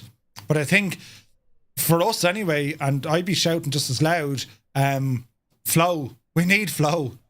Anyway, the Flight Sim Community Survey from Navigraph, well, it's now live. Do be sure to fill this one out, lads. The reason being is this not only gives us an indication of what's going on within the Flight Sim community, it also helps steer the future because it gives developers, users, and everyone else an idea of what the users or the user base is actually doing. And it's not just necessarily tied to Microsoft Flight Simulator. This covers the entire spectrum, right? The 2024 edition of the survey includes participation from many well-known developers, organizations, and content creators. There's a full list of lads here who put questions into the gadget and, well, what do we want to see, right? So there are a couple of bits when the questions come in. It takes about 10 minutes or so. I'll share the link over here for you. Have a look at it. Everything's kind of multiple choice, but as I said, it does really help steer the movement of the flight sim community. You know, how many hours a week do you fly? What do you fly in? How old are you? What's your background? That sort of stuff, yeah? How likely are you to use this? How important is that? Do you know what I mean? That's the vibe of it. And Navigraph will publish this then after a couple of weeks, I think, and we'll have an idea. It's a great way to figure out, you know, how many people are actually using Microsoft Flight Sim 2024, or how many people are using 2020. How many are on the Xbox? So it's based on all of that. So fill it out if you get the chance. Moving on, Jazveki have released an update. No, they haven't. They've released an airport, Chicago Midway, for X-Plane 12, right? Chicago Midway. This is from Jazveki Design, working on some X-Plane 12 scenery, which is always great to see. And you can pick this up now for $20 over on Sim Market. And Chicago Midway for X-Plane 12. It does look very, very nice indeed. And it seems to be working very well now over on X-Plane 12. So X-Plane 12 pilots, rejoice! Jazveki is starting to roll out some updates on his products over there. Now, here's one. Mosa, right? I'm a huge fan of Mosa. I have the force feedback shtick and the base and a wheel. Class stuff, right? It's force feedback. That's what they specialize in, right? And prior to Mosa giving us options with the force feedback, you'd had to look at something like Brunner. And even when it came to a joystick, there wasn't an option. So it's cool, right? Anyway, Mosa, they recently announced the launch of their next generation lineup of products for both flight sim and sim racing, scheduled for March the 18th. They emphasise that this is an event you won't want to miss. Originally known for sim racing equipment, Mosa has expanded into the flight sim hardware market, and they offer a variety of products. Ooh. Where's this now? The announcement includes an image that appears to depict an airliner alongside what looks like a Formula-styled car. So it looks like they're going to be releasing some more stuff. Now, Mosa, if you look at their website, you can see that there's pedals, you can see that there's a throttle, right? There's other bits and bobs coming. You can't have too many options when it comes to hardware because you have different price points, different functionality, and so on and so on. You know what I mean? So, yeah, they're making a big announcement on the 18th of March. That's next Tuesday, lads. So let's see what Mosa have to say about that. Staying with hardware, well, Virpil R1 Falcon rudder pedals are now available to order. Virpil are out with their newest rudder pedals. They're now available to purchase through their official web stores. They can be ordered from the regional stores in Europe, the US, and the United Kingdom. The rudder pedals will cost you about €300, give or take, or $340 or £320. It's the latest addition to its lineup for flight control hardware, and it hopes to provide simmers with an advanced and customizable rudder control solution. The pedals are designed to integrate seamlessly within Virpil's ecosystem. Ooh, nice. All metal construction, 3 axes input, adjustable cam centering mechanism, the VPC contactless digital proxy sensors, the proximity sensors, and adjustable ergonomics. Do you know what they remind me of? They're very similar to the MFGs, aren't they? There's also going to be a damper upgrade kit available, and that's an extra 40 or 50 quid, give or take, right? So great news from Virpil. They're absolutely hashing out the stuff. We've seen their new kind of, I won't say entry level, they have kind of remodeled a lot of their hardware add-ons for the entry level in terms of pricing. They're not the most expensive. They're actually giving us some cheaper options. I'm a huge fan of Virpil. I have their joystick, I have the throttle, I have a panel, there's a helicopter gadget over there. It's incredible. I went from using a Thrustmaster HOTAS, which was excellent. I mean, that freaking Warthog, that lasted ages. Once I moved to Virpil, I love it. I'm really, really happy. I used the Warbird base, the Virpil Constellation Alpha joystick, and the Mongoose throttle. Gibbo has the same setup. They're really good. They're really good. So yeah, similar to Winwing. Yeah, Winwing are also making savage waves when it comes to hardware. It's great to see, lads.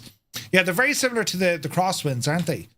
Now, I had to scratch my head here for a few minutes. So, Nikki unveils Meridian GMT, a bold rebirth in flight simulation hardware. Now, if I'm not mistaken, did I not read somewhere that Honeycomb are announcing new products, right? And then I see this article, well, no, Nikki is actually going over here. So hang on. Nikki, is he working with Meridian and then Honeycomb are staying with Honeycomb? Huh? Right. No stranger to flight sim hardware is Nikki. As the driving force behind Honeycomb Aeronautical, he helped revolutionise the market with a range of high-quality, affordably priced yokes and throttles that quickly became the industry standards. His name became synonymous with innovation, reliability, and a deep understanding of what simmers wanted. But then it all became shagged because there was all sorts of corporate who did and no, you didn't. And the whole thing became a fiasco of drama. I've no interest in the drama. What did get to me, what grinded my gears was folks who bought the stuff never got the stuff. Folks who bought it and had issues couldn't get those issues resolved. It left a bad taste. Nikki has been quite out there. I mean, we saw him at Expo and he said, look, we want to get this thing sorted. There was some crowd called Snakebite and that's all the drama. Couldn't care less about it. I'm worried about this because here's Nikki, who is, we know the name, we know the face, and now he's working with someone else. So what does that say about Honeycomb?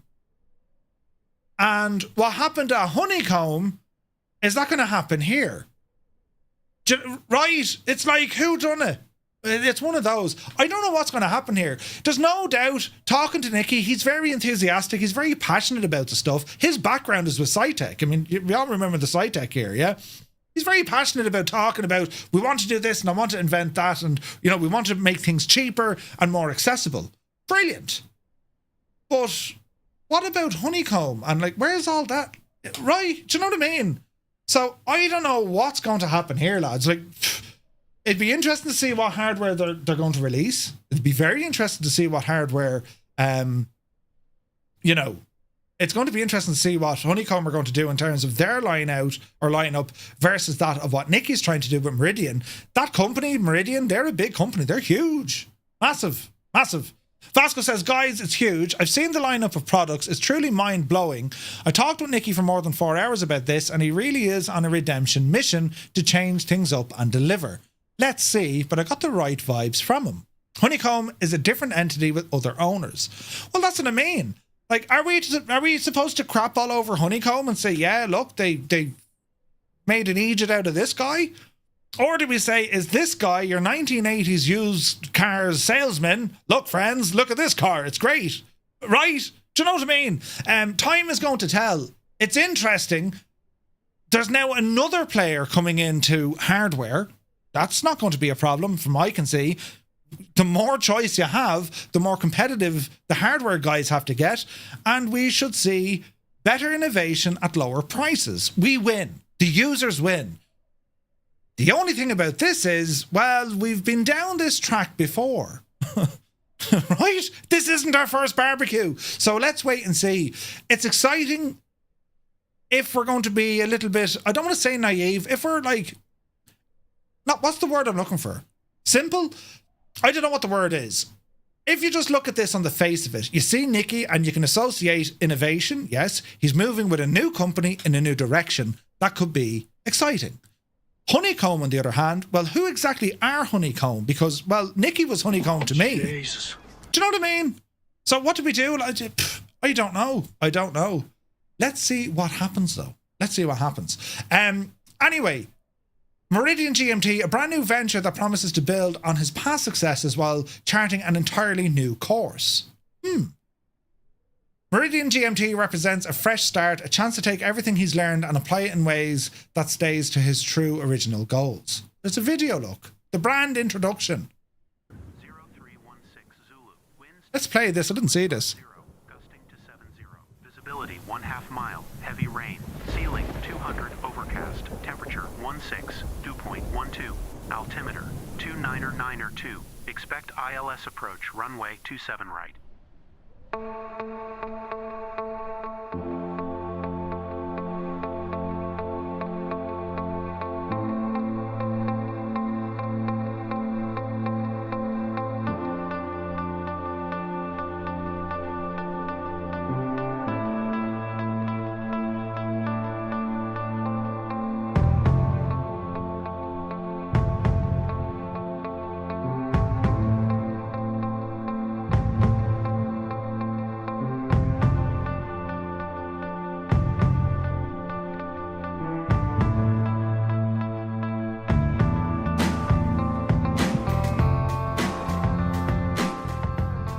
It's very honeycomb looking. That wasn't worth the freaking copyright strike I'm going to get in my video. Is there any pictures of hardware? No.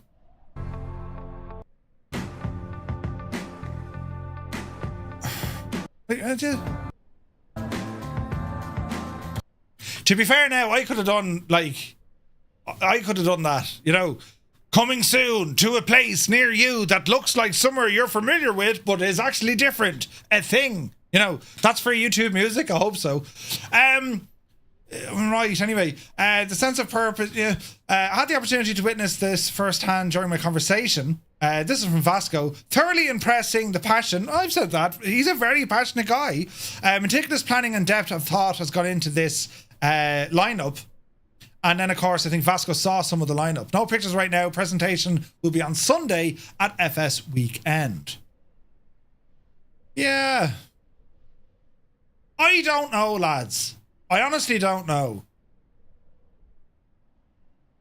I'm all about giving people extra chances or second chances. I mean, look, we are only human. And if, like, put it this way, he could have taken the money and ran. Genuinely, he could have taken the money and ran. He didn't. He's putting himself out there to say, hey, I'm going to try this. You know what I mean? I don't know. Let's see what happens. Yeah, it'd be interesting to see what sort of hardware they're going for. You know? I think he knows he can't fail this. Yeah. Put it this way, if anyone got burnt by honeycomb and they've associated honeycomb to Nicky, well, then you have two things to worry about. One, was it Nicky or was it honeycomb? And two, well, do you stick with honeycomb? Knowing that that's where the supply chain issues were, that's where the customer feedback was, or lack of. You know what I mean? It's all very scratch your head moment, and I'm still scratching my head. So, lads, I honestly don't know. There are people with the best of intentions keep creating terrible messes. Yeah. For me, I don't really mind. If someone's going to spend their hard-earned money at an add-on, be it software or hardware, with the intent of making them happy, right? Giving them a better experience in their hobby, I want that to be safeguarded. As in, if the thing breaks, there's someone there that can say, can I help you? Right? If it's not what you wanted, there's someone there to say, send it back. Do you know, like, that's all I care for. Do you know what I mean? But anyway, let's move on because you're giving out to me. Right, the F28. That was the news, by the way. Put it this way, I don't think I'll be an early adopter. Yeah. I can't wait for Sunday, so to see what it is they're doing. And we will be showing you what's happening at FS Weekend. Don't worry, lads. That's going to be on Sunday. The lads will probably have a headache, but sure, listen, I'll be there, lads. Oh, you can count on me. Now, this is huge. Friggin' huge, lads. This is the F28 update. This is going to release tomorrow. Tomorrow, right? Version 2 of the F28 Professional. Now, Just Flight did make a video. They will explain far more than I can in the next 10 minutes. And I don't have a beautiful Geordie accent. So I'm going to show you this video and then we're going to delve into some of the things that they're working on, right? Because this will bring you up to date to what the overview is, right? Hang on there now, Limbics. The Legacy Weight and Balance panel now available. Oh, hang on a second. This is breaking news. Look at this. Got friends. Legacy Weight and Balance. We're bringing back a classic. The Legacy Weight and Balance panel is now available for flights in 2024. And this one, lads, is from Got Friends. Do you remember the classic Weight and Balance gadget? Brilliant. That is available right now by Got Friends. And I can't make the screen any smaller. Balls! Let me just pop that into the chat. Anyone who liked the classic weight and balance, that's where you can grab it. Limbix, thank you very much for the heads up on that, you ledge.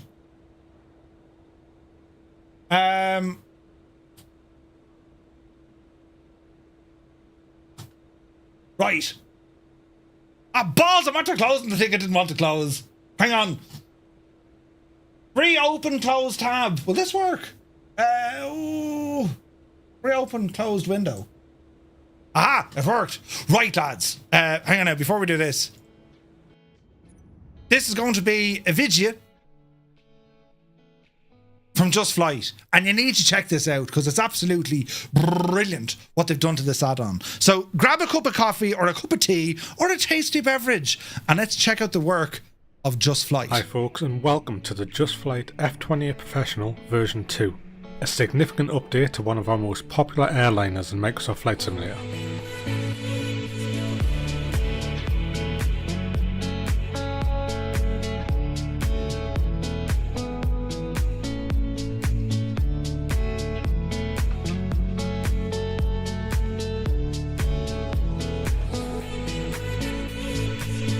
In this video we'll be highlighting some of the key features that make up this enormous update, all features that will be available as part of a free of charge update to all customers of the F28 Professional on both PC and Xbox.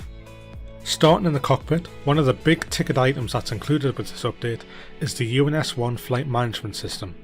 Located centrally on the aft console within arm's reach of both pilots, our custom coded UNS-1 features the unique interface of the real world unit, plus an advanced feature set including manoeuvre support for holding patterns, direct twos and command heading functions, top descent calculations based on target vertical speed, navigation monitoring, real-time performance information, support for SIDS and stars, a custom nav database that's updatable via a Navigraph subscription, and the ability to import and export flight plans. Our UNS-1 can trace its roots back to our 146 Professional version 2 update, where it was initially introduced into Microsoft Flight Simulator. Since that release, many bug fixes, improvements and new features have been added to the unit, which have now made their way into the F28 Professional. One such new feature is the addition of the tune page. In previous versions of the F28, although the ADF radios were accurately simulated and functional as they were in the real aircraft, we found that the tuning logic didn't really translate very well into Flight Simulator, and it could be a bit fiddly trying to tune in the correct frequency. The tune page gets around this limitation by allowing you to tune the ADF, COM and NAV radios through the UNS-1 itself. The frequencies displayed on the UNS-1 will also match the frequencies displayed on the analog radios, allowing you to still use these analog radios for tuning and then just cross-check that frequency with the UNS-1. These latest UNS-1 improvements will also be making their way into a 146 update in the near future. In addition to the UNS-1, the F28 retains its GPS option of navigation. However, in version 2 we have swapped the larger JNS 530 unit for a smaller JNS 430. There are several benefits of this new JNS 430 configuration, including a more accurate GPS placement next to the landing gear lever, which is more accurate to some of the F28s that remain in active service, and it also addresses some feedback we received from you, the community, that you would like to use the GPS in conjunction with the weather radar, as previously the JNS 530 would replace the weather radar when it was fitted. All of this has minimal to no impact on the GPS's functionality, with the JNS 430 and JNS 530 both sharing a very similar advanced feature set, including support for Microsoft Flight Simulator main menu flight plan imports. If, however, you're the type of person who prefers to fly classic airliners as they were initially designed to be, you can still do that too. The JNS 430 and UNS-1 can both be disabled entirely via an option on the AFB, allowing you to navigate using traditional VHF nav and ADF radios. To add to the challenge and authenticity of this classic configuration, we have updated the logic of the altitude alerting system on the captain's main instrument panel. Previously, we simulated this panel as an altitude pre-selector with autopilot coupling, meaning that with the autopilot engaged, the aircraft will automatically capture and level off at the altitude set on this panel. With version 2, we have updated this logic so that this panel only provides altitude alerts when approaching the selected altitude or when deviating from that selected altitude. With no autopilot coupling, this adds a whole new challenge of flying the F28, with the smoothness of the altitude acquisition being entirely controlled by the pilot. To coincide with this new altitude alert functionality, altitude pre-select lights have been added to the main instrument panel, which illuminate when the aircraft is 900 feet from the select altitude or when a deviation of 300 feet has been sensed from that selected altitude. To counteract the loss of the automatic altitude acquisition, we have added the more advanced altitude pre-select controller as a toggleable option on the EFB. This panel adds altitude alerting, altitude arming, altitude hold, and for the first time in the F28, vertical speed controls. The altitude pre-select controller fully integrates with the autopilot, providing automatic altitude acquisition should the correct autopilot modes be selected. Continuing on the theme of new cockpit features, interactive paper checklists have also been added to the clipboards on the cockpit sidewalls. The clipboard can be rotated in and out via a click spot on the top of the clipboard, and the pages of the checklist can be flipped through using click spots on the paper itself. Up to 20 checklists can be displayed here, and you can add your own custom checklists simply by importing PNG images into the necessary folder. More details of this are included in the F28's operation manual. On the right sidewall, we've also now modelled two types of passenger oxygen regulators. There is the previous modern type of regulator that is installed behind the cockpit panels with controls on top of the panel, and a new classic type of regulator which is installed on top of the panel with integrated controls. The two types of regulators will be fitted automatically based on the construction number of deliveries selected, and they can also be toggled between via an option on the AFB. Sun visors are another new feature included with this F28 version 2 update. Stored above each pilot, the sun visors can be rotated down and slid along a rail. Their visibility can also be toggled using an option on the AFB.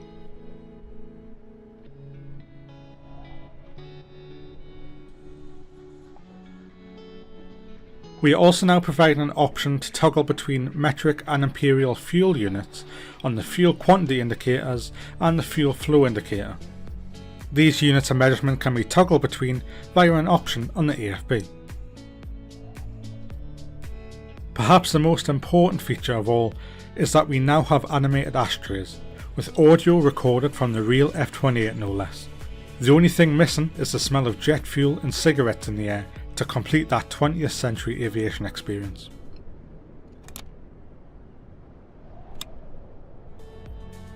All of these customizable options within the cockpit brings us ever closer to a truly authentic F28 experience, where no two aircraft appear to be the same. In the real world, operators were able to order F28s fresh from the factory with a custom cockpit configuration, meaning that one airline's F28 fleet may have been slightly different from another airline's fleet. As the years passed, airlines sold their F28s, spreading their once homogeneous cockpit configurations to a variety of other airlines, and once those airlines upgraded their F28s with more modern avionics equipment and sold them to new owners, those aircraft were jumbled up even more, leading to airlines that had fleets of F28s that not only had different equipment fitted from the factory, but also had different equipment that were retrofitted by the previous owners. We'd like to think that we are getting to that point now, where it can almost feel like that in the simulator, with the amount of customization options we now have in this F28 version 2 update.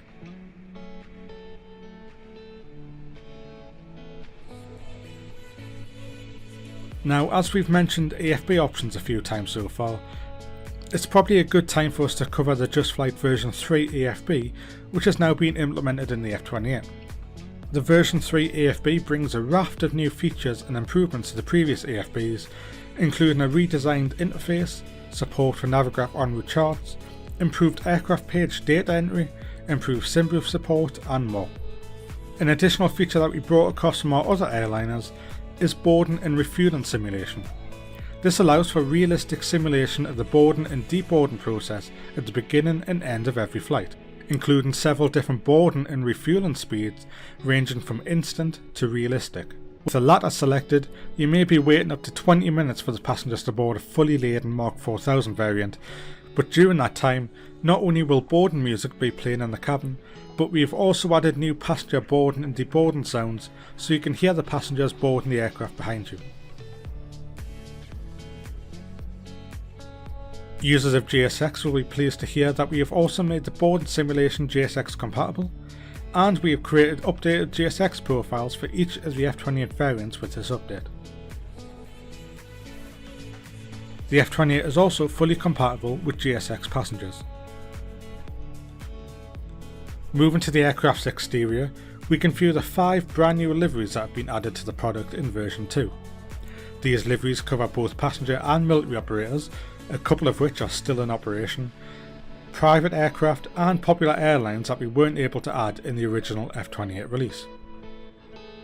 This brings the total number of liveries in the product to 38, so there is bound to be something there for everyone. All these liveries include accurately configured external equipment, including high frequency antennas, hush kits and logo lights, all based on extensive research of the respective aircraft.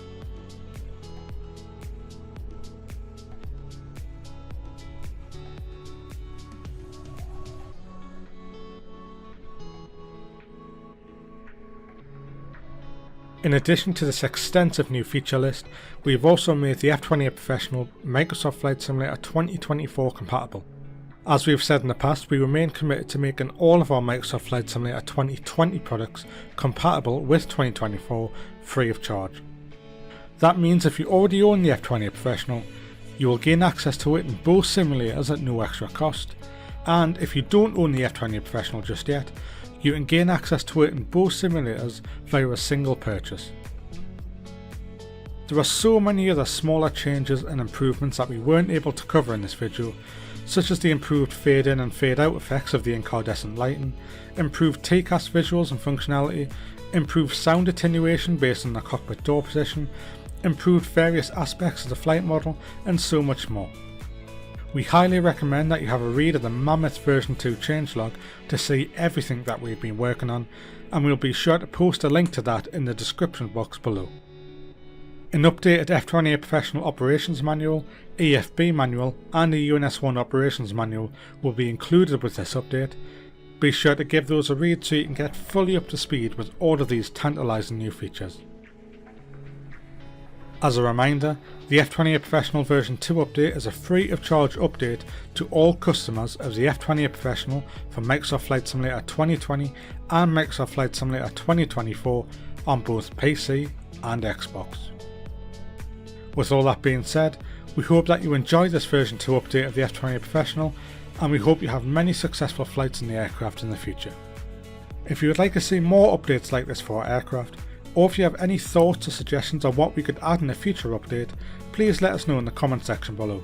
A lot of these new features were suggested by members of the community, so we can promise that your suggestions will be heard and they will be considered for future updates. Isn't it only fantastic? The F28 Professional version 2, is it worth a buy? Right, Owl Mac, wasn't that incredible, lads? Oh, Jesus. Like, unbelievably incredible. Like, you talk about an update. Just Flight have gone absolutely friggin' nuts here, right? Now, it's due to release tomorrow, right? And I have to find something here now as well. I have an email from Scott. Where's this now? Doodle-doodle-doo-doo-doo. Just so we know, they're aiming to release this tomorrow, lads. It's a free upgrade to current users, and there's also going to be a 28% discount to folks who now want to buy it. All right. So the feature list you've heard in the video, and your man's voice is brilliant. I love it. This is the machine in all its glory, pre-release, and as they mentioned, there's a number of fixture sim, uninstall, reinstall. No, I did. Pilot, at least it's working, mate. Great news. This thing is just incredible, lads. The F28, it's a beautiful aircraft. The amount of work they've put into this, it's quite staggering. It's visually beautiful and it flies like nothing else. The behavior of the aircraft, and not just from, you know, its handling characteristics, the sounds, the power, all of that stuff, the flight modeling, it's a very unique airplane, right? But also when it comes to the systems, you have a UNS, which is very different, but it's a custom coded UNS, meaning that, well, they've added in some really nice features to it. And the frame rate and performance of this thing, very, very good indeed. They've done stellar work here. The changelog is absolutely incredible. And you can see from it, the visual fidelity, look. Isn't that, like, off the friggin' charts impressive? It's beautiful. And there's so many different variants of it. As what you heard in the video, when it comes to the avionics and the layout and what options that you have, well, everything can be chosen based on what you want from the EFB. But they also go into detail about the aircraft. They talk about the different variants, and they even provide you with some history based on the livery, which I thought was brilliant. Do you know? But it's a very nice cockpit. I mean, the flight deck in this thing, isn't it gorgeous? Look at the detail. And the lighting of this thing, lads. Incredible. I mean, you can see here, like, this is what 24 can really do, pushing kind of the graphics. Do you know what I mean? It is stunning. And I remember Just Flight saying, I mean, they have poured their heart and soul into this aircraft, getting the update. And the fact that it's free, absolutely top class. Look at the detail we have here. There are so many options when it comes to custom lighting. It's incredible, right? So we'll hop out here for a sec. We need to check out the scenery, and then it's going to be the Jag. Things are happening. But let's jump in here and have an old gawk to see what we're doing. So welcome to the flight deck. We can turn on our tablet, I think, just by here. I might have to... Come on, Betsy. I might have to restart this, lads. Because she doesn't like sitting too long. What if we... I know. Hang on now, Murph. You found an issue. I found an issue. Right, let's restart this because I've been sitting on the ground for ages. And I may not have liked it. But the feature list is unbelievable. While we're waiting on this to load, when it comes to the manuals, the paperwork, right? Ready to fly. And now, bear with me now, Jemima. She needs to activate everything. Activate everything. There she be. Right, where's my tablet?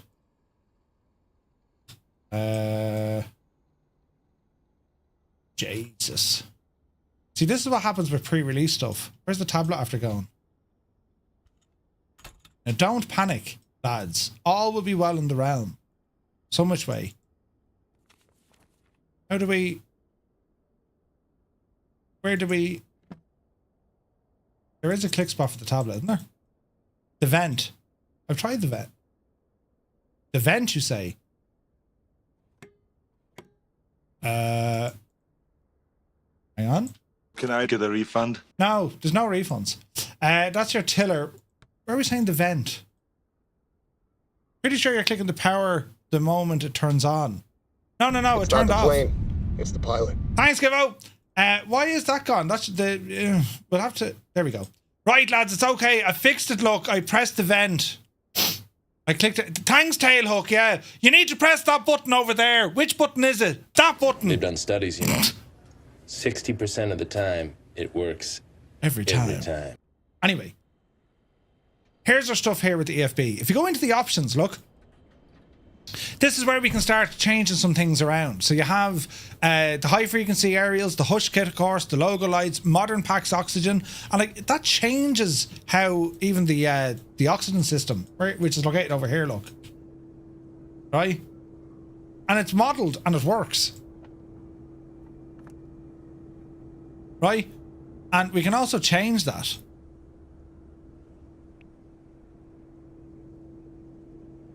Like, there's a mad level of detail. Right? That's just the oxygen tank. What else can we put in here? GSX handling if you wanted it. Auto jetway. EFB auto brightness. That's all the usual stuff. Throttle dedent. Your RNAV, you can go with the UNS or you can go with the GNS. And then your gauge refresh rate. You can actually use that from inside the panel here. Right? Deadly. So you have your main plane services stuff, the main menu, official flight plan or operational flight plan, a map, charts, notes. You can do hello and all this sort of stuff. You can type them, or indeed you can draw them. Look at this. There was a way that's keyboard. What else do we have? Your checklist, top of descent calculator, and then your settings. All right. What else can we show you? Oh yeah, the manuals, look. So, let me see. The operations manual, like, it's staggering, right? Staggering. How many pages are on this now? So there's 220 pages. 220 pages for the friggin' operations manual. Then you have the EFB manual, that's 18 pages. But then you have the UNS, how to operate the UNS, and there's also a test flight you can do in this, like a tutorial flight. So if you wanted to learn how to use the gadget, you can do so just by following along in the manual. Isn't that incredible? So like, if you really wanted to look at an aircraft to sink your teeth into in terms of the visual fidelity, the systems modeling, and just all the options that we have, it's unbelievable what they've done here. And again, the sounds are incredible. External power, so we'll hear these flick on. Just to give you an idea, right?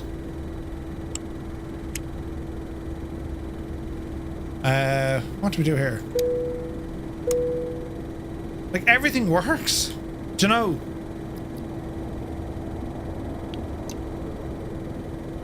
So you see the RPM starting to rise here?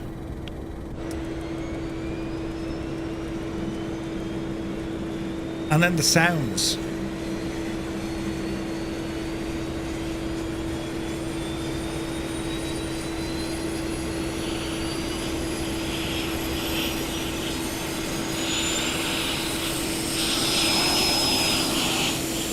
And that's just the APU. So let's see, have a look up here. So that's all good, that's all good. You can appear or disappear the pilots if you don't want them there. If you don't, old Tommy there. Good luck to you, Tommy. You can disappear all those if you like. APU Air.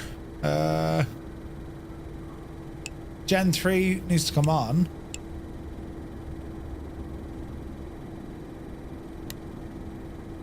What else do we have? All the air systems. When it comes down to, you can pop in a GNS 430 if you want, or indeed you can use the UNS. So if we power this one up,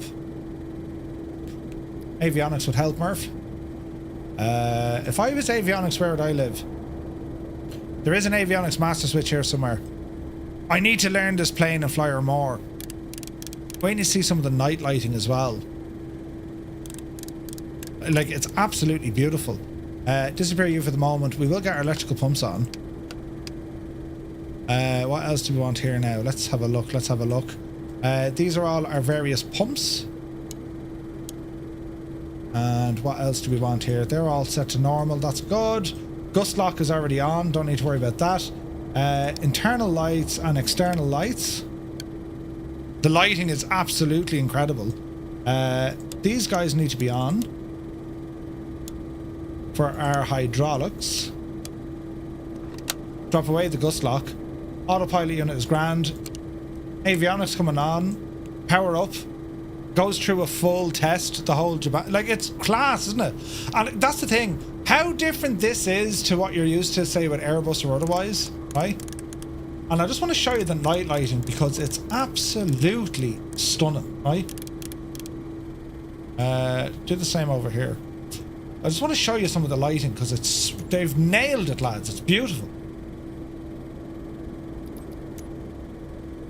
Now, it's probably a little bit heavy, but bring all that down, look. Instrument lights we want. Get out of your man's face for a minute. Like, the options on top of more options for the lighting. It's absolutely incredible. What else can we do here with the lights? Isn't it absolutely stunning what you can do with the lighting? It's gorgeous, isn't it? They've nailed it, lads. When it comes to the lighting on this aircraft, they've absolutely nailed it. It's a beautiful place to sit. And it's completely customizable. There's all, like, you adjust the strength of the lights. It's done so well. Instrument lights are grand. The red light we can get rid of.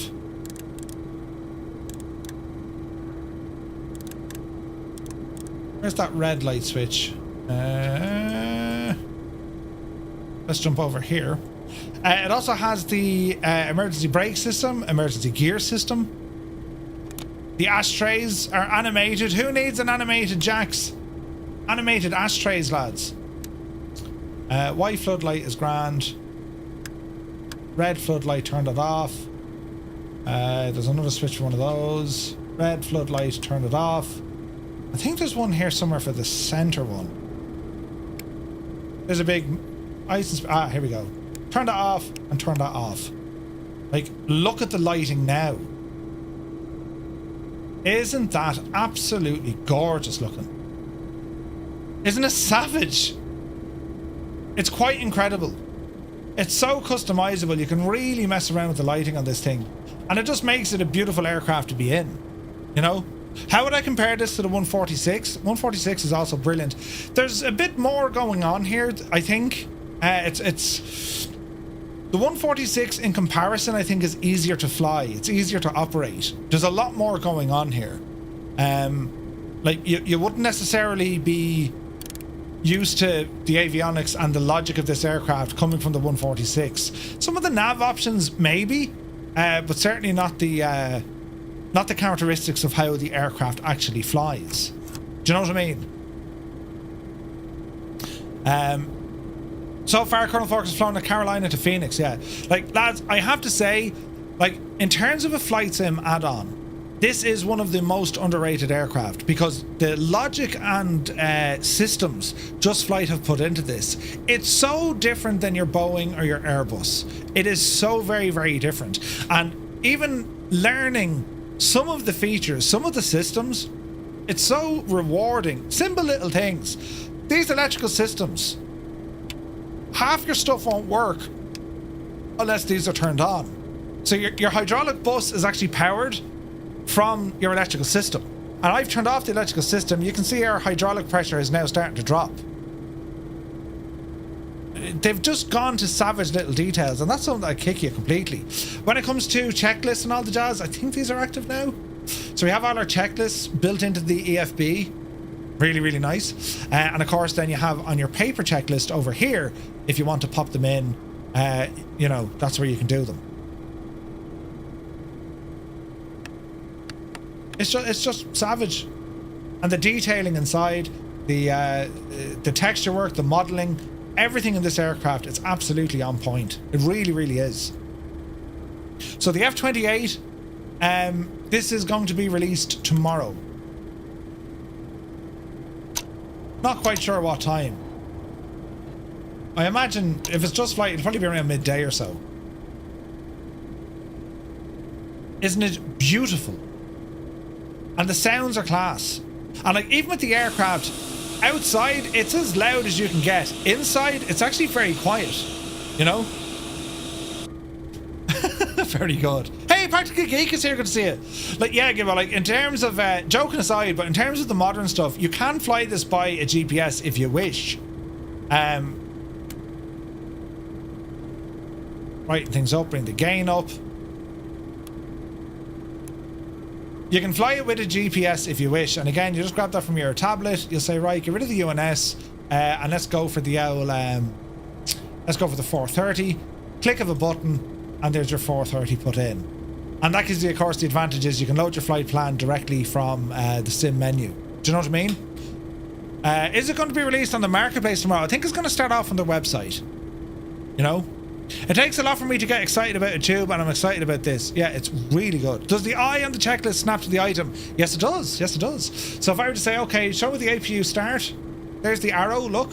Okay, I need to look up here and find the APU start switch. Ah, there it is. So it is doing all those things. Did I not start the APU that time? I did. But yeah, look, you get the idea, yeah? You get the idea. It's a beautiful, beautiful plane. So if you don't already have it, I highly recommend you pick this up, lads. If you do have it, well, you're in for a treat because this update is going to release tomorrow. And it's absolutely stunning. And when it comes to night lighting, it's one of the best night lighting in the sim I have seen. Period. It's one of the best. One of the nicest. Do you know? look how customizable it is. Right? And then, of course, the external lighting, which is up here somewhere. Gives a bit of light there, Murphy, a big eat. Let's go ahead and turn some of these on. So, all our lights.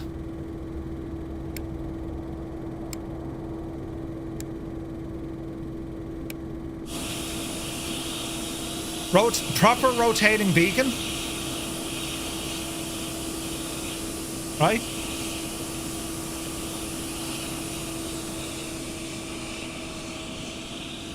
Isn't that beautiful?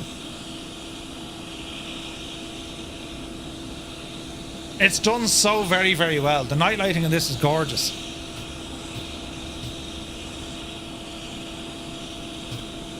See how the lights illuminate first? Like, they're not just on, they warm themselves up. That's the detail Just Flight have gone into this. Have a look at those lights turning on.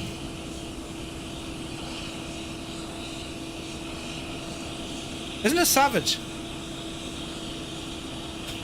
So yeah, they've done an incredible job for sure. Right, make it daytime. Now, have a bit of bloom turned on there. If you're probably saying, Jesus Murph, the colours are a bit off.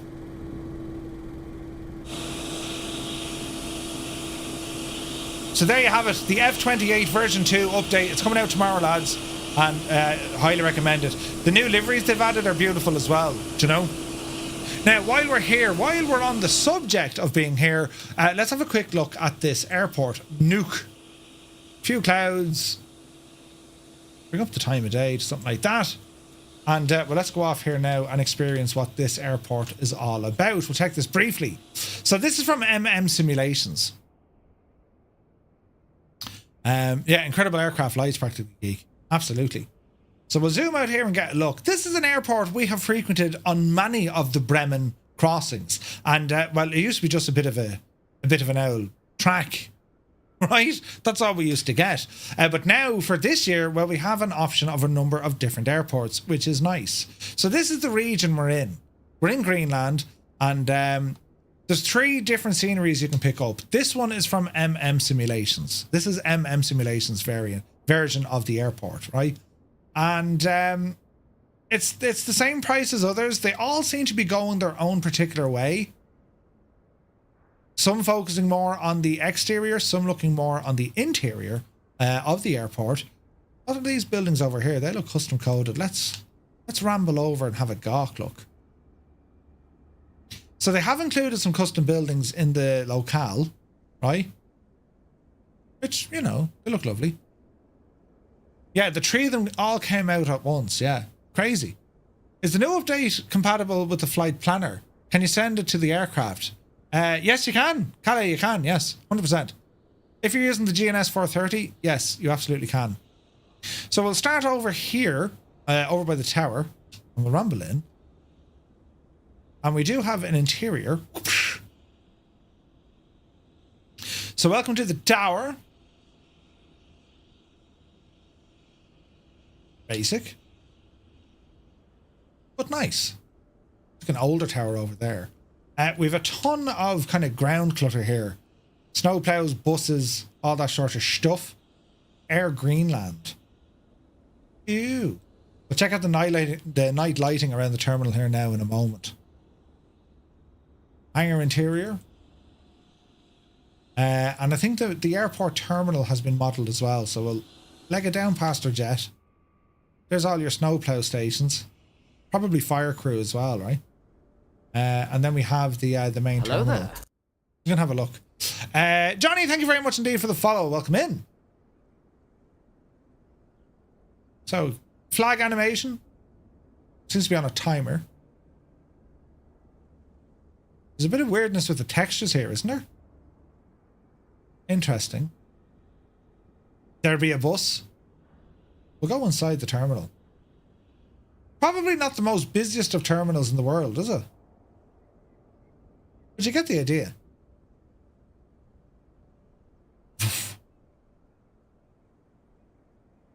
Cheer up, mightn't happen. Jesus, your man's wearing shorts, look. Like it looks, it's kind of a very basic, generic sort of an airport, isn't it? But it was in an area that there was not much, you know, not much. Is the A350 going to be out tomorrow on Xbox? I'm not sure. I don't know. All right, let's have a quick look at the night lighting of the terminal, shall we? And the night lighting that Simulations can bring to the fold.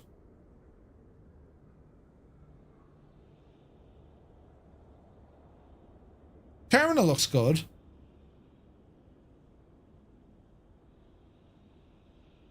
Yeah. Is that Sarah in the lounge? It could well be. It could well be. Loads of red lights up there. That's what's probably taking the appearance of the aircraft out a little bit. Nice spill lights here though. They look the job. It's just, look at lads, it's an airport out this neck of the woods, and that prior to now just didn't see any sort of love there at all. Is that a searchlight moving from the tower? It is. Look, they got a rotating beacon on the tower. That's a nice touch. Ooh. No wonder she looks so close. Or else, Sarah. Yeah, the lighting inside the tower is done well. And then, of course, the lighting below of the town. It's nice. It is nice. It's basic. That's a, you know, but it is nice. It's accurate so far as they have the elevation data, they have the runway layout, they have the runways, and it's there's a high focus on the buildings, the accuracy of the buildings. That's what it certainly looks like. What do you think of it, lads? I suppose the best thing to do, I'll pick up the other two if you're interested. Oh look, they have a ski lift. Is it modelled?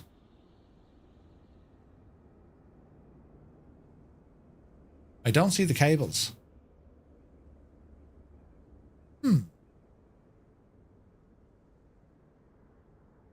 Yeah, I don't see any of the cables. It's some location though, isn't it? Every time we fly in here, it's like mad.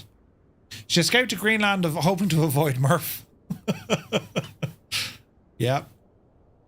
So Simulations version of Nuuk, I think it looks great considering what was there before that. At least like the taxiway lining and the runway textures and that, they're fairly spot on, aren't they?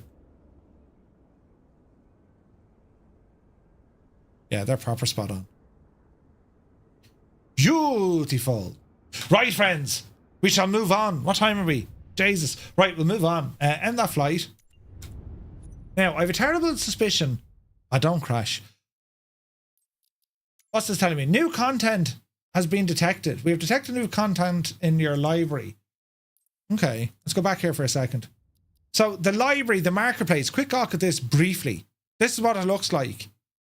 The Diamond DV20 is there. We already own that. I don't think there's anything new yet though. These are all 2024 stuff. And only 2024 stuff. Or if you like, we can probably look at 2020 stuff. It depends on what version of the sim that you have. Then this is where you're going to see access to some of the other aircraft. So say for example, if you just got the basic version of the sim, you can now be able to grab other aircraft individually. Nice touch. Yeah, the UI, it's Gibbo, you need to have a look at Planet Zoo. There's the wallet thingy, look. Simverse coins, 400 Simverse coins for 109 quid. Show the coins in the marketplace. All right, so that's the new currency area. Bundles and packs, so you can upgrade if you want to. You know what I mean? And what else can we do? If you go to World Updates, this is where you'll pick up the Brazil update.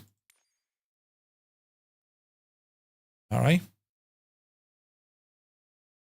which is free. And you get way more information. Like looking at this, you can see visual quality. See this all-time versus most recent. This is a nice touch, lads.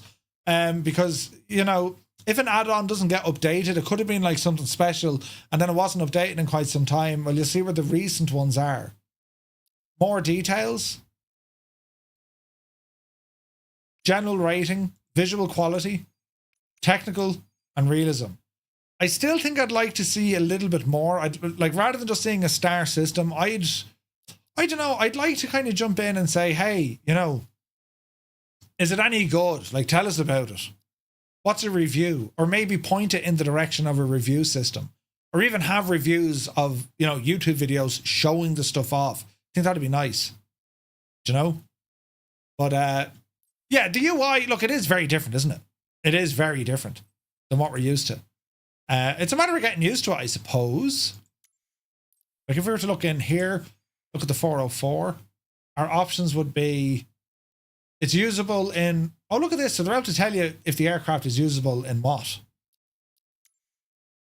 So all your details, we own it, so it's already in our library. And then you probably, I'm sure you got options down to say, like, even they've, like, you should be able to click, oh wait, you can do it here. See the bottom ones, the liveries, like, you should be able to click on these to give you a bigger picture. But I think it's presented a lot better now, isn't it?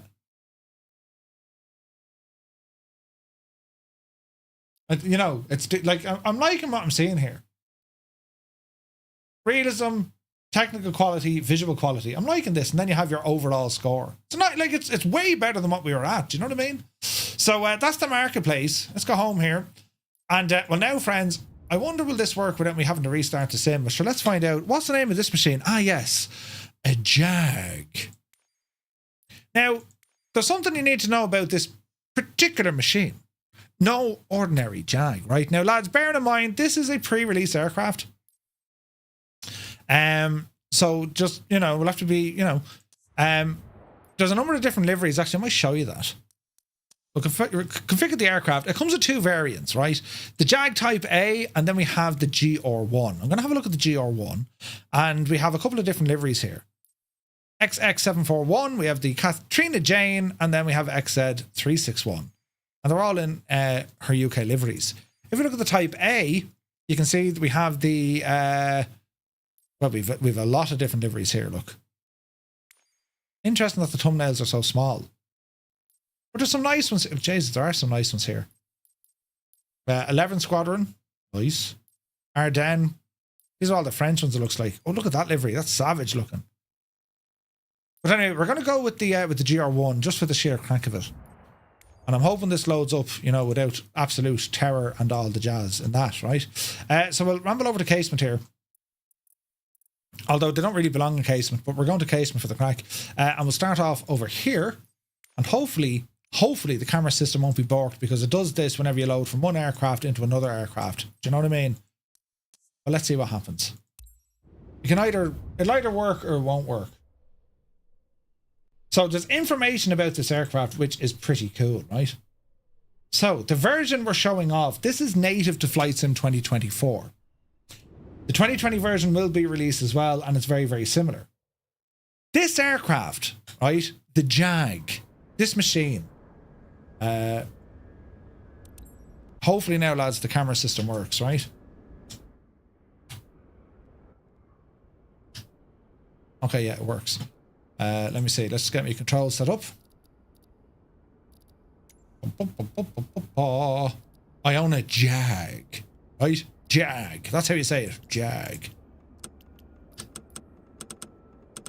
Okay, what's freaking out there? What is that trying to do? Parking brake? Don't panic.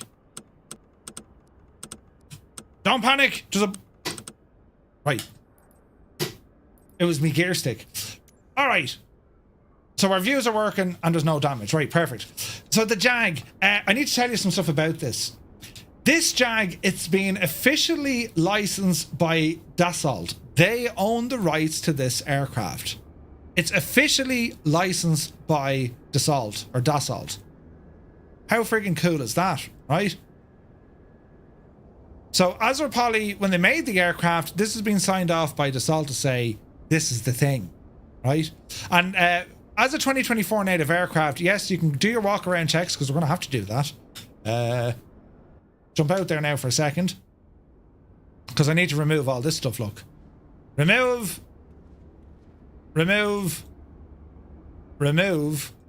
and let me see, remove. We can actually open some of the panels here as well to have a look in to see what they're doing. Isn't that deadly, right? So close them up now, Murph. And I think we've more stuff back here. No, we're good. I'll zoom in proper now just to show you everything here in a moment. My head tracking's turned off.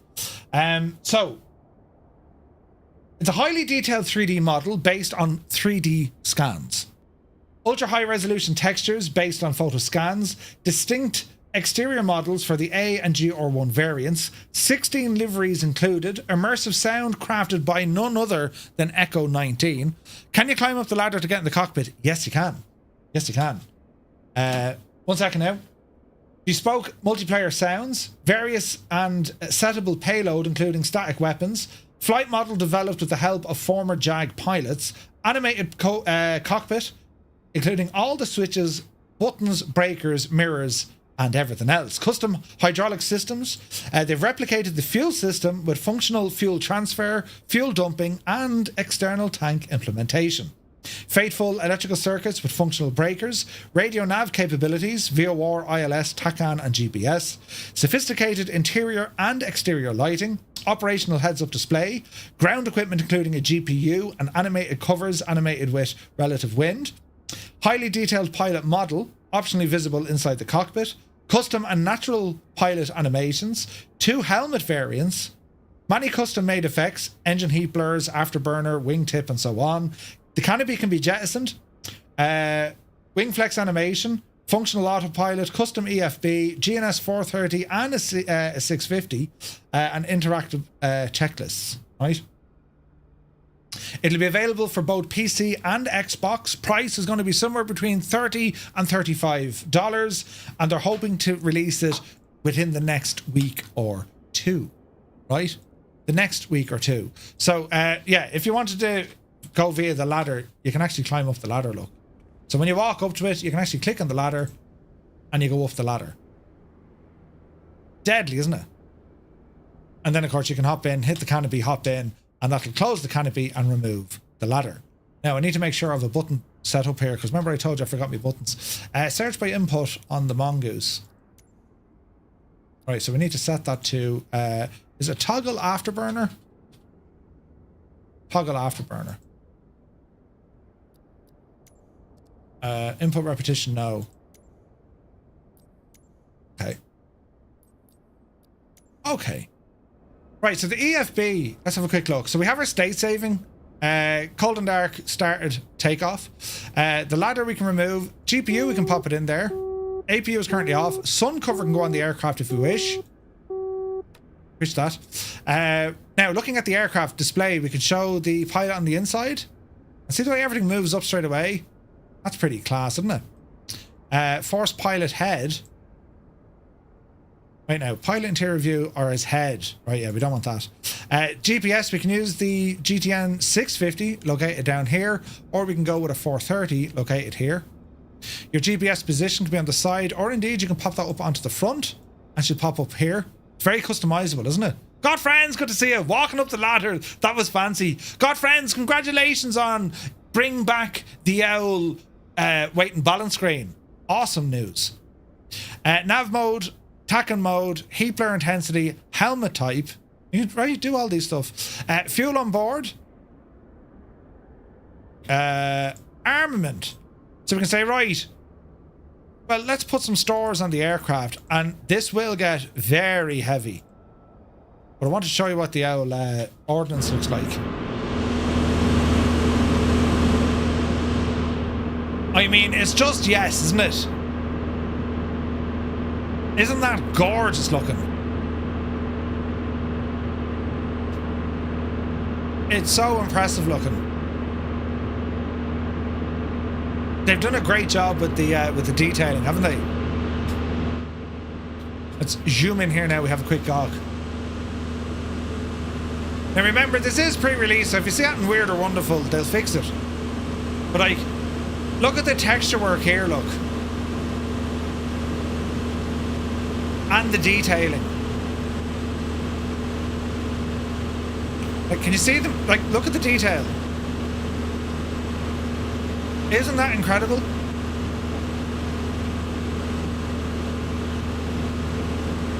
It is stunning. Look at the tires, look.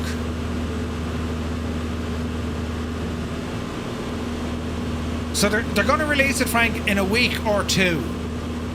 And Dassault actually own the rights of this. So the aircraft have to be signed off. Do you know?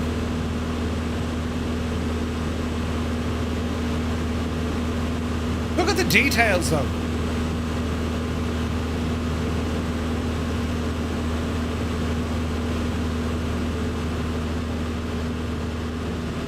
It's stunning.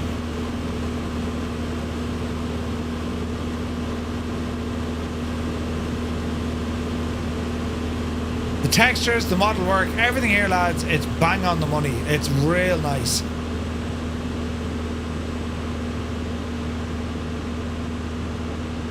Beautiful.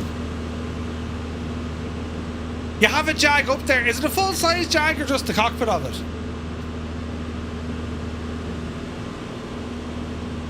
It's a gorgeous looking plane. It looks weird without any of the drop tanks, but she's gorgeous, right? She's gorgeous. Right. Let's jump in here. So there are the options there. We do then have a map. We have our autopilot, and then we have information as well. Azur Poly have done this on all their aircraft. Do you know? Right. So the ladder, we can get rid of the ladder. We can close. We can do this manually. Get rid of the ladder. And we have all our remove before flight. So disappear our control locks. And let's just have a look at some of the inside stuff. All our circuit breakers are modelled. All of them, right? We have lighting here. We have windshield de-icer. Stores and munitions. GPS is there. We have transponder stuff here. This is where we're going to put on our batteries. Although it looks as if there's power there. That's the GPU. There's power coming in now.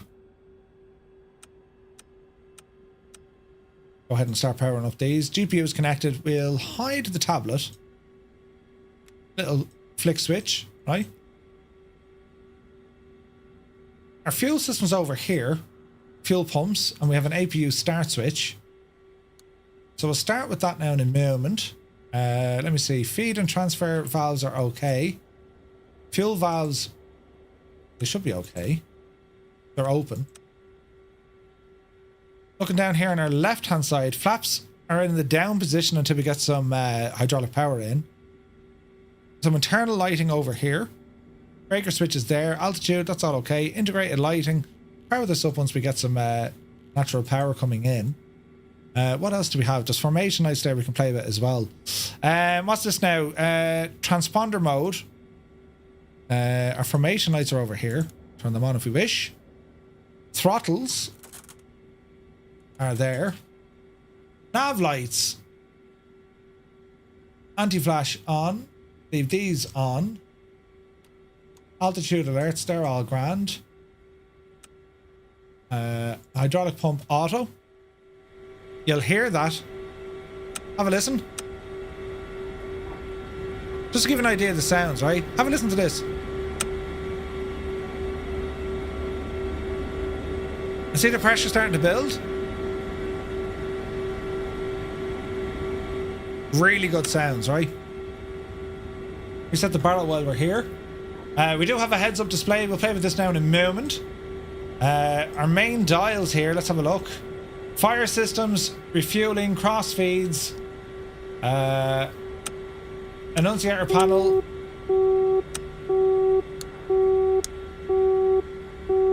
They're all good. Okay, so the APU, I think, we give this a blast.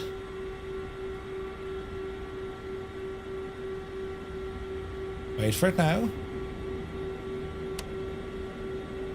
That's the engine start, so we want the APU. No, unless I need to flick these guys on.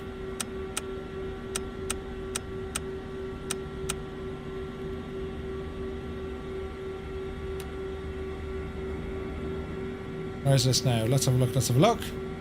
That's good, that's good, that's good. Let's have a look. Pre-flight, before starting, master battery, air conditioning off. Totalizer needs to be set. Total fuel, let's go with that. Fuel gauge, fuel quantity. Hydraulic pump is on. Spoilers extend. Electro pump off. Feed transfer pumps need to be turned on. I have them on. AV master switch is on.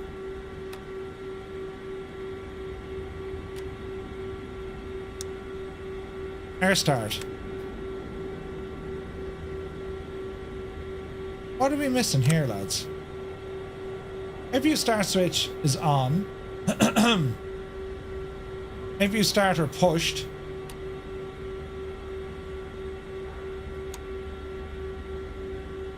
Okay, what are we forgetting? Is that an auto? We should have sounds. I wonder did I forget something?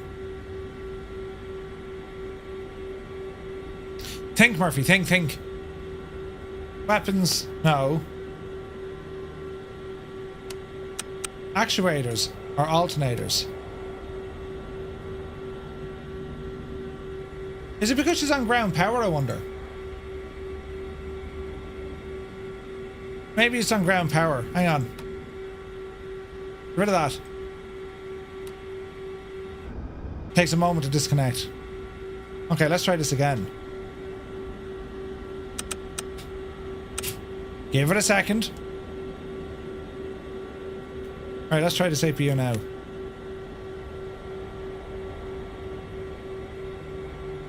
More complicated than the Fuga? A little bit.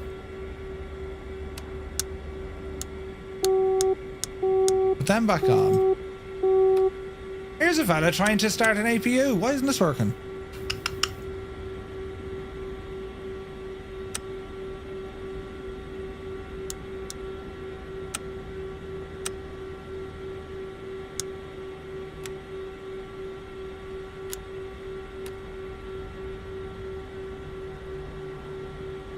Have we forgot something?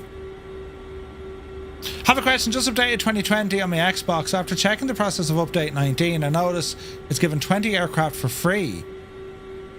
What? Really? Simon, that's good news. Right, we're missing a trick here.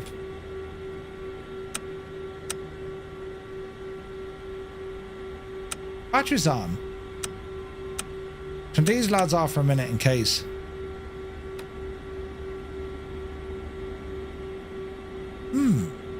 Check the fuel pumps. Yeah, pumps are on. Check the fuel.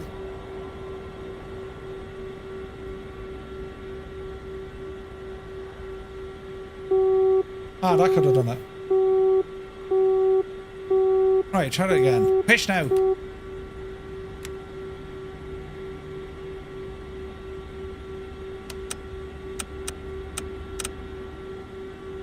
Murphy is struggling.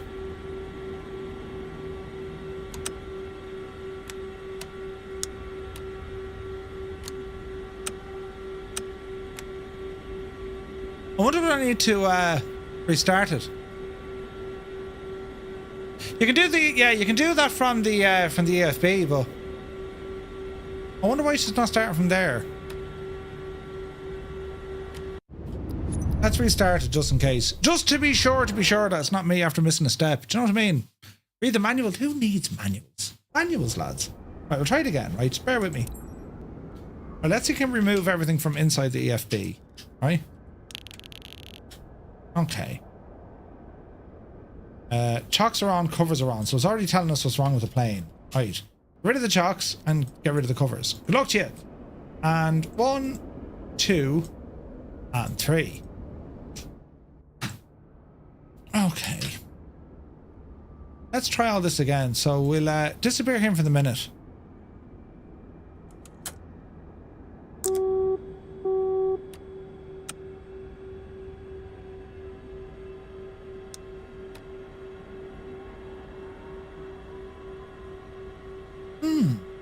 This build doesn't seem to work with the APU.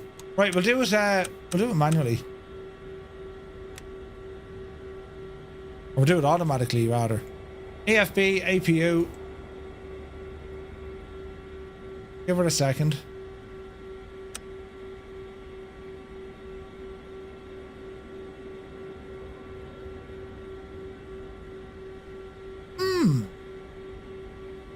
Jesus, the previous one was working.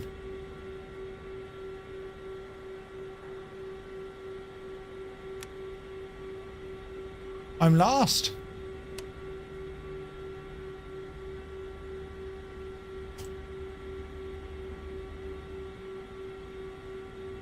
Spoilers, yes. Leave those off, yes. This will all come right in a second. I just need to figure out what we've done wrong. Most unusual.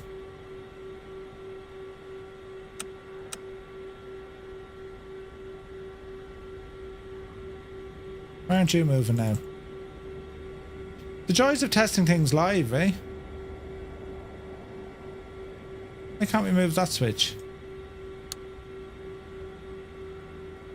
That's the engine start switch, right? There's no power in the thing. Can I get a refund? There's no refunds. Very strange, lads. Right, GPU is in. APU doesn't want to play. Interesting.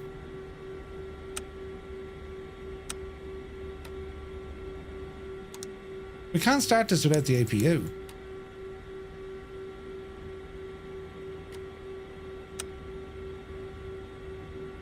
Right. Try external power. Yeah, external power is on it. I'm trying to figure out what has gone wrong. Check the circuit breakers. Who's in charge? You Pitch. haven't a clue what you're doing. Transfer pumps. There's nothing popping out. That's all grand. That's all grand. That's all grand. I wonder if the code is that you have to have the canopy closed. Maybe. Alright, close the canopy.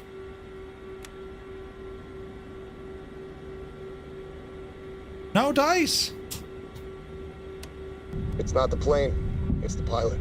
It's the plane in this one, though. How strange is that? So I need to talk to them, lads, because I have been using this quite a bit. That's strange, though, isn't it? They're all on. That's all on. That switch is geeshed. That's a problem. The pump is pumping. That's all fine. What else, Murph? That's all to do with the weapons. Press all the buttons, see what happens. Right. Let's see. When it worked, did you use this livery and model? Yeah. Flat battery needs a jump start? No. Correct rotation. Like, that's the engine start stuff. I can skip all this and just have the aircraft running. But we found a bug. Because this was working. Like, this was all 100%. EFB toggle. Yeah, I kind of miffed over that. Cold and dark. Let's try it again.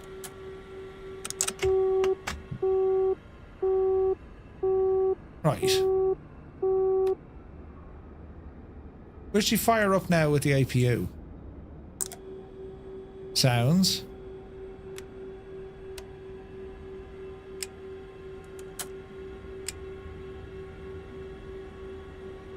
Spoiler light comes on.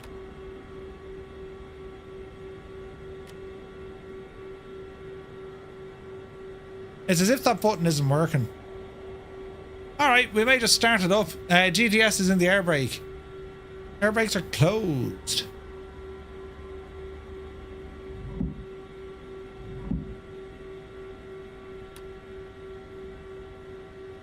No. Control binding or fuel? No. Just fuel in it, lads. We'll top it up manually again. We'll go 100% for the crack. But this button here should be able to give me the APU anyway. Do you know what I mean?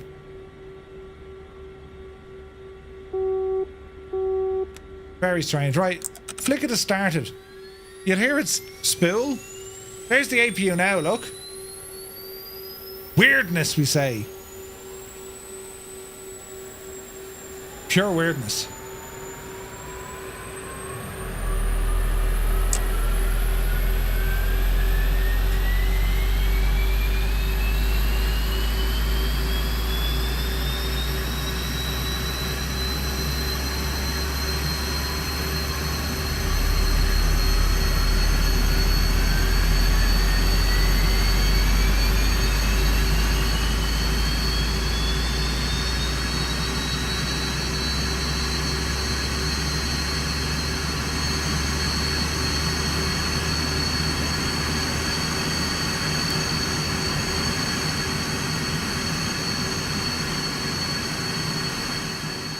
Right, beautiful sounds. It's just the starter logic is broke, but that's all right.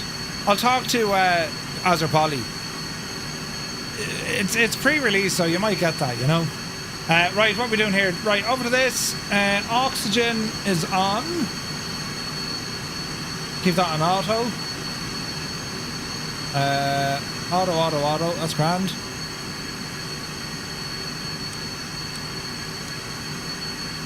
That's grand.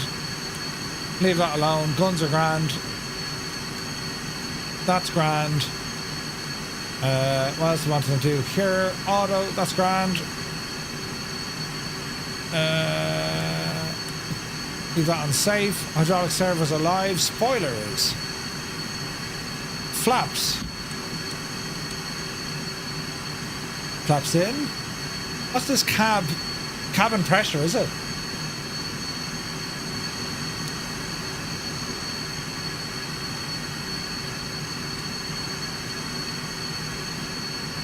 Okay.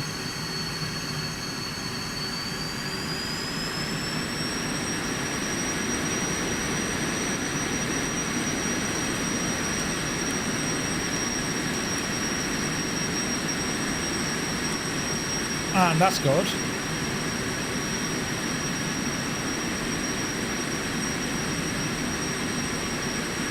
That's a autopilot, that's grand. Need to turn on our little sight here. That's our gun count. Or bullet count.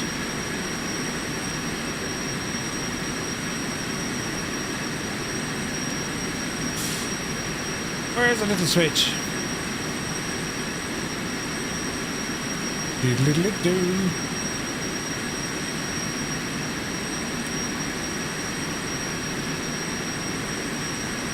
We should have a mode switch here for the hood.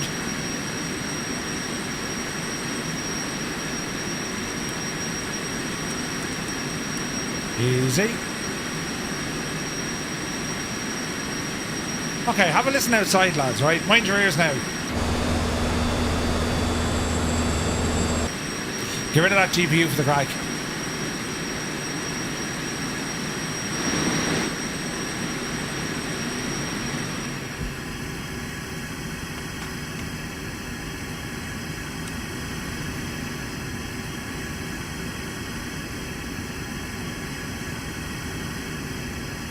Disconnect that GPU there now, is a good man. There we go. Right, have a listen.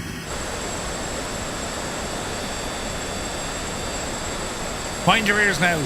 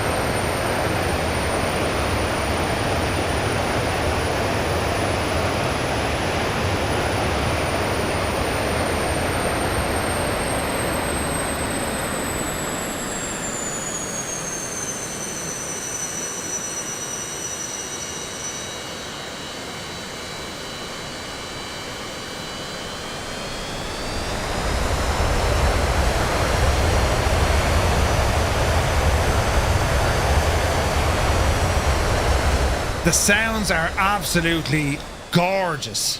Gorgeous. Right, what are we doing? Let's give it an old taxi and we see what happens, right?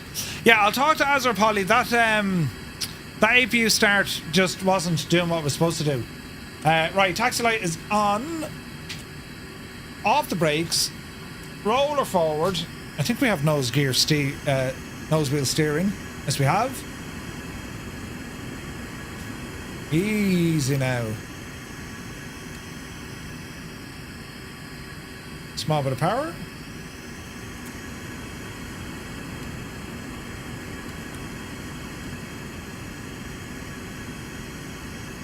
It's Yeah, like when it's sitting on the ground, like she can rock. Look, right? It can really rock. Okay. Hopefully this all works well now and we don't die on takeoff. You know what I'm like, lads? Why isn't this HUD coming on?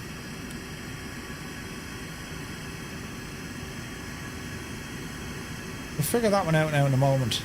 Easy now. The EJ on the back? Yeah. We'll check out the night lighting here now in a moment as well. Alright, got ourselves lined up.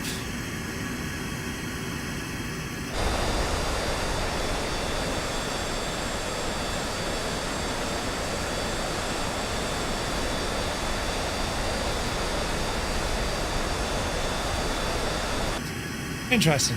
Right, hold the brakes, power coming in. There's 90%. Military power. Off the brakes. Afterburner set. Speed alive. 100. Nose gear up. Oopsie daisy. Hold the angle of attack. 150. Yep, she goes. Positive rate. Gear up. Flaps in.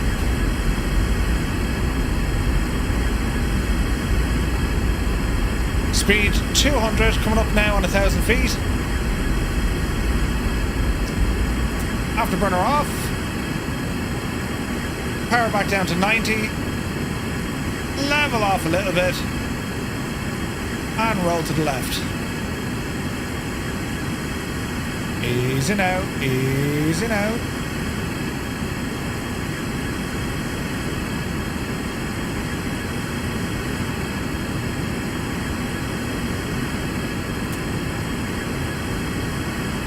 Alright.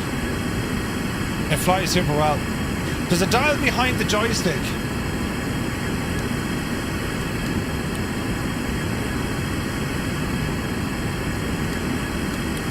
There she is.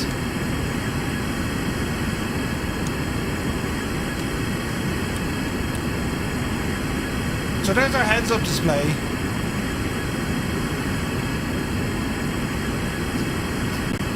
Nice. Okay, speed is over 200.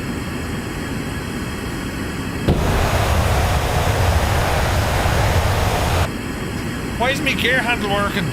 Up you devil you. Man Murphy, you muppet. Jesus.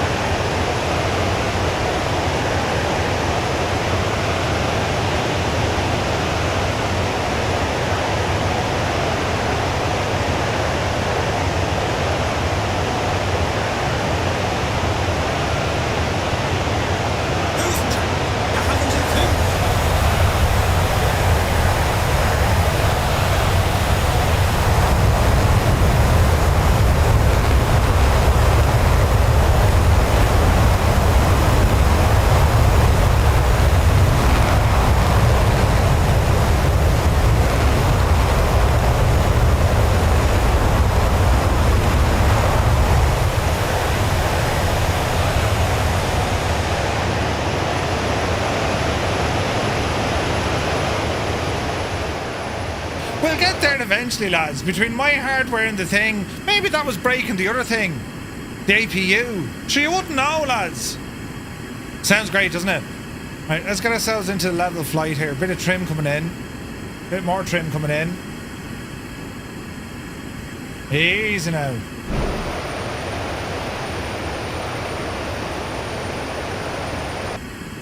Let's see if she level off.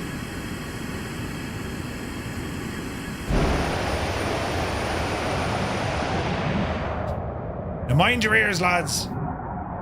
This will be loud.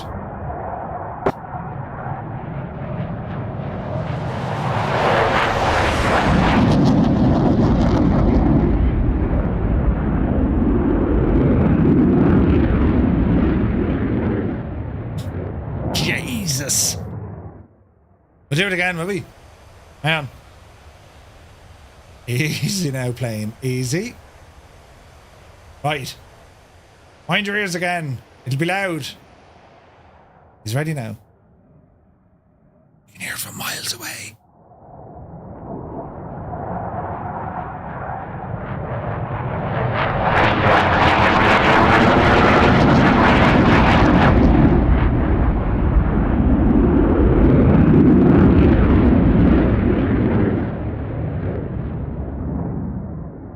Isn't it very good though, isn't it?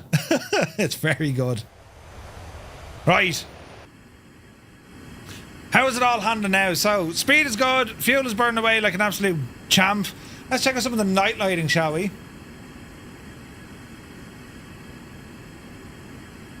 Right.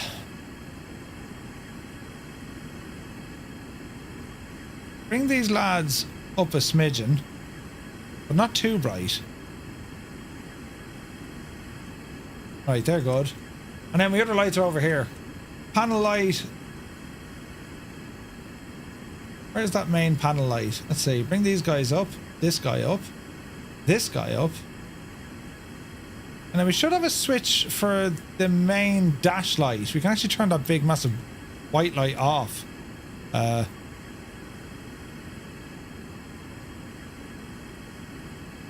on now. Hang on now. It's some lighting, isn't it? A smidgen, only a smidgen. Yeah, we got some settings down here though.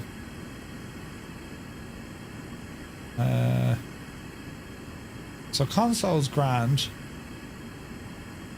There's a switch, I think, for that storm light. Let's have a look.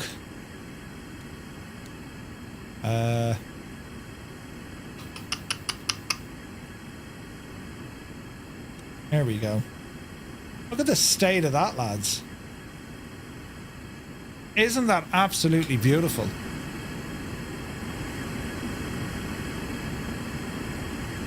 Do we like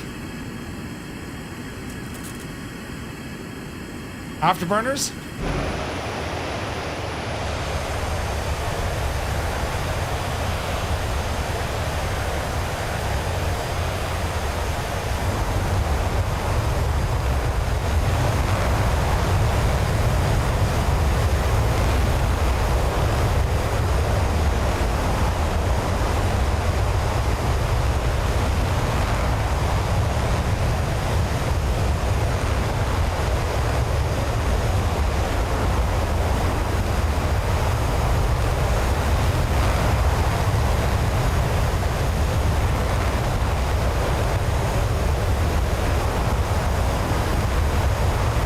Isn't that something?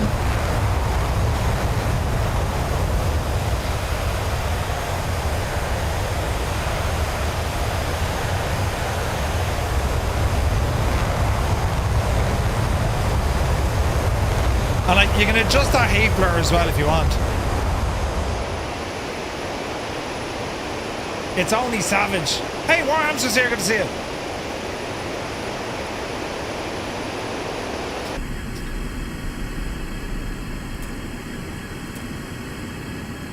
But yeah, you can kind of go to town on the lights to get them exactly where you want them.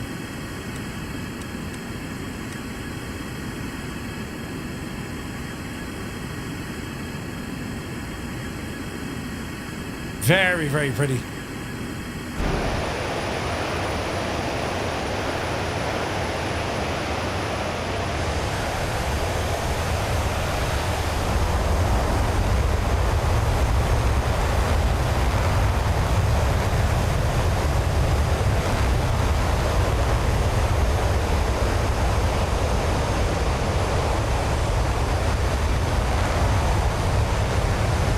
There's some really nice visual effects in there as well.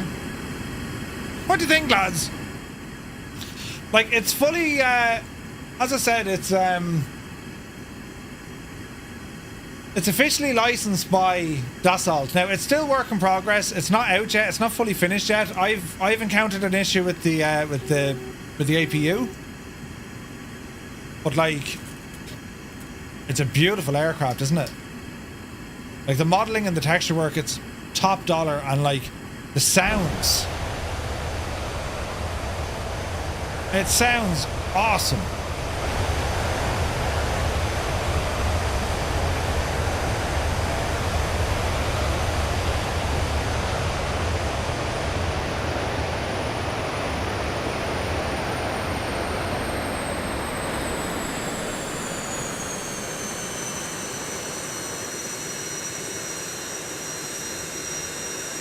Check out some of the animations. So we'll go for, let me see, we'll go with spoilers.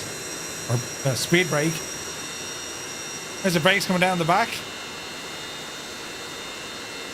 Well, flaps. And the gear.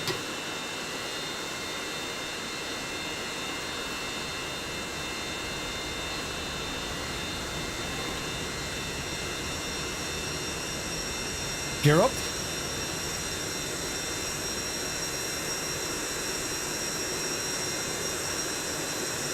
Flaps in, speed brakes in, power.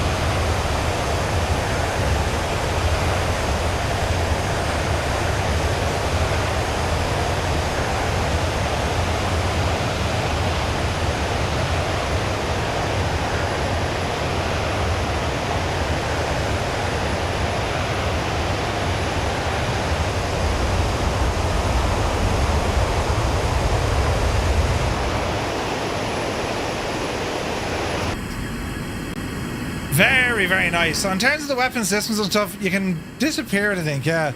I think. I haven't dabbled with this an awful lot.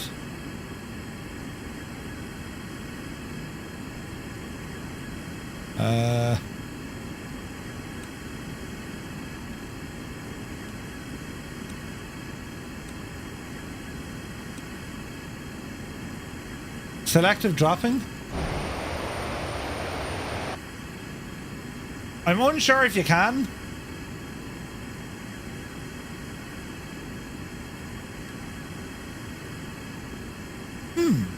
Just realised I photographed the exact aircraft. Yeah. The Jag, it's a beautiful machine, lads. And like deliveries, as I said, that it comes with, this is just your standard kind of RAF one, but like you can get the desert colour ones as well. Stunning. Absolutely stunning.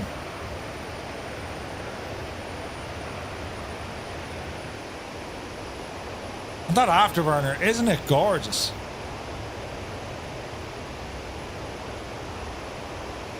Yeah, baby. It's stunning.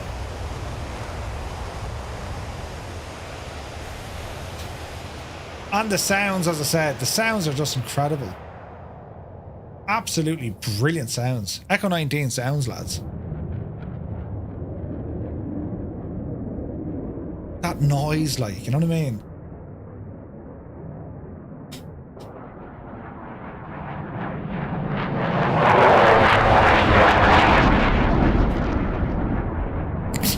Right? Jesus. It's unbelievable. Incredible sounds. And off she goes somewhere else. Echo 19 do really, really good sounds. It's just beautiful. Texture and everything, it's class.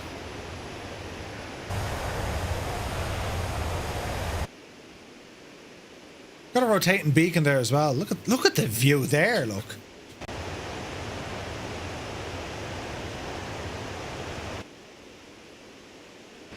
So the Jag, a week or two away, lads.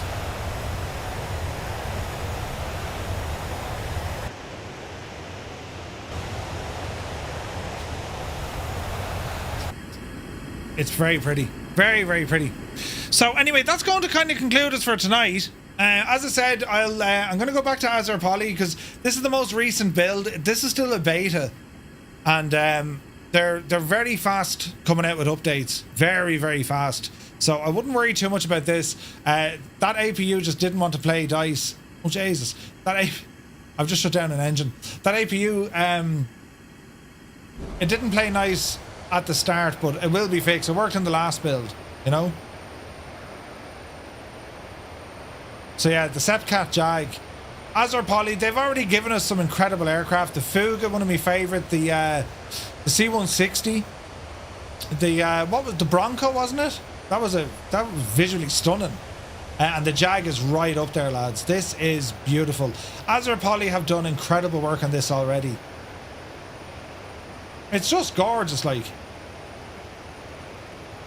Absolutely stunning. And 2024 aircraft, it'll work in 2020 as well. The 2024 one, slight differences. So, yeah, absolutely class, you know. Oh, wait, hang on. I did say we were going to have a quick talk about Flight Sim Weekend. Good man, Murphy.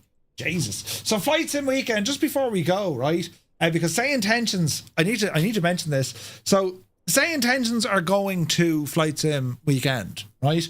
And Brian is going to be there Saturday morning at 11 o'clock. He's presenting, and they have, where's this now? New features. There's going to be 3 major announcements from SayIntentions at FSWeekend. That's happening on Saturday morning, right? And mad to see what's going to happen, right? Mad to see what's going to happen. However, if we were to have a look at Flight Sim Weekend, just want to give you a quick overview of what's happening, because we will be there, and we'll give you as much coverage as we can. So it's happening between March the 15th and 16th at the Aviodrome in Lelystad in the Netherlands, and world-class exhibitors, nearly 5,000 visitors each year. It's Europe's biggest flight sim convention, right? FS Elite, of course, are looking after the stage, announcements and everything else. You can see some of the partners who are going to be there. I'm still lost on this because I know Honeycomb are going to be there, but well, I'm not quite sure, right? If we look at the schedule anyway, right? So on Friday, between 12 and 6, they're just setting up for the exhibitors.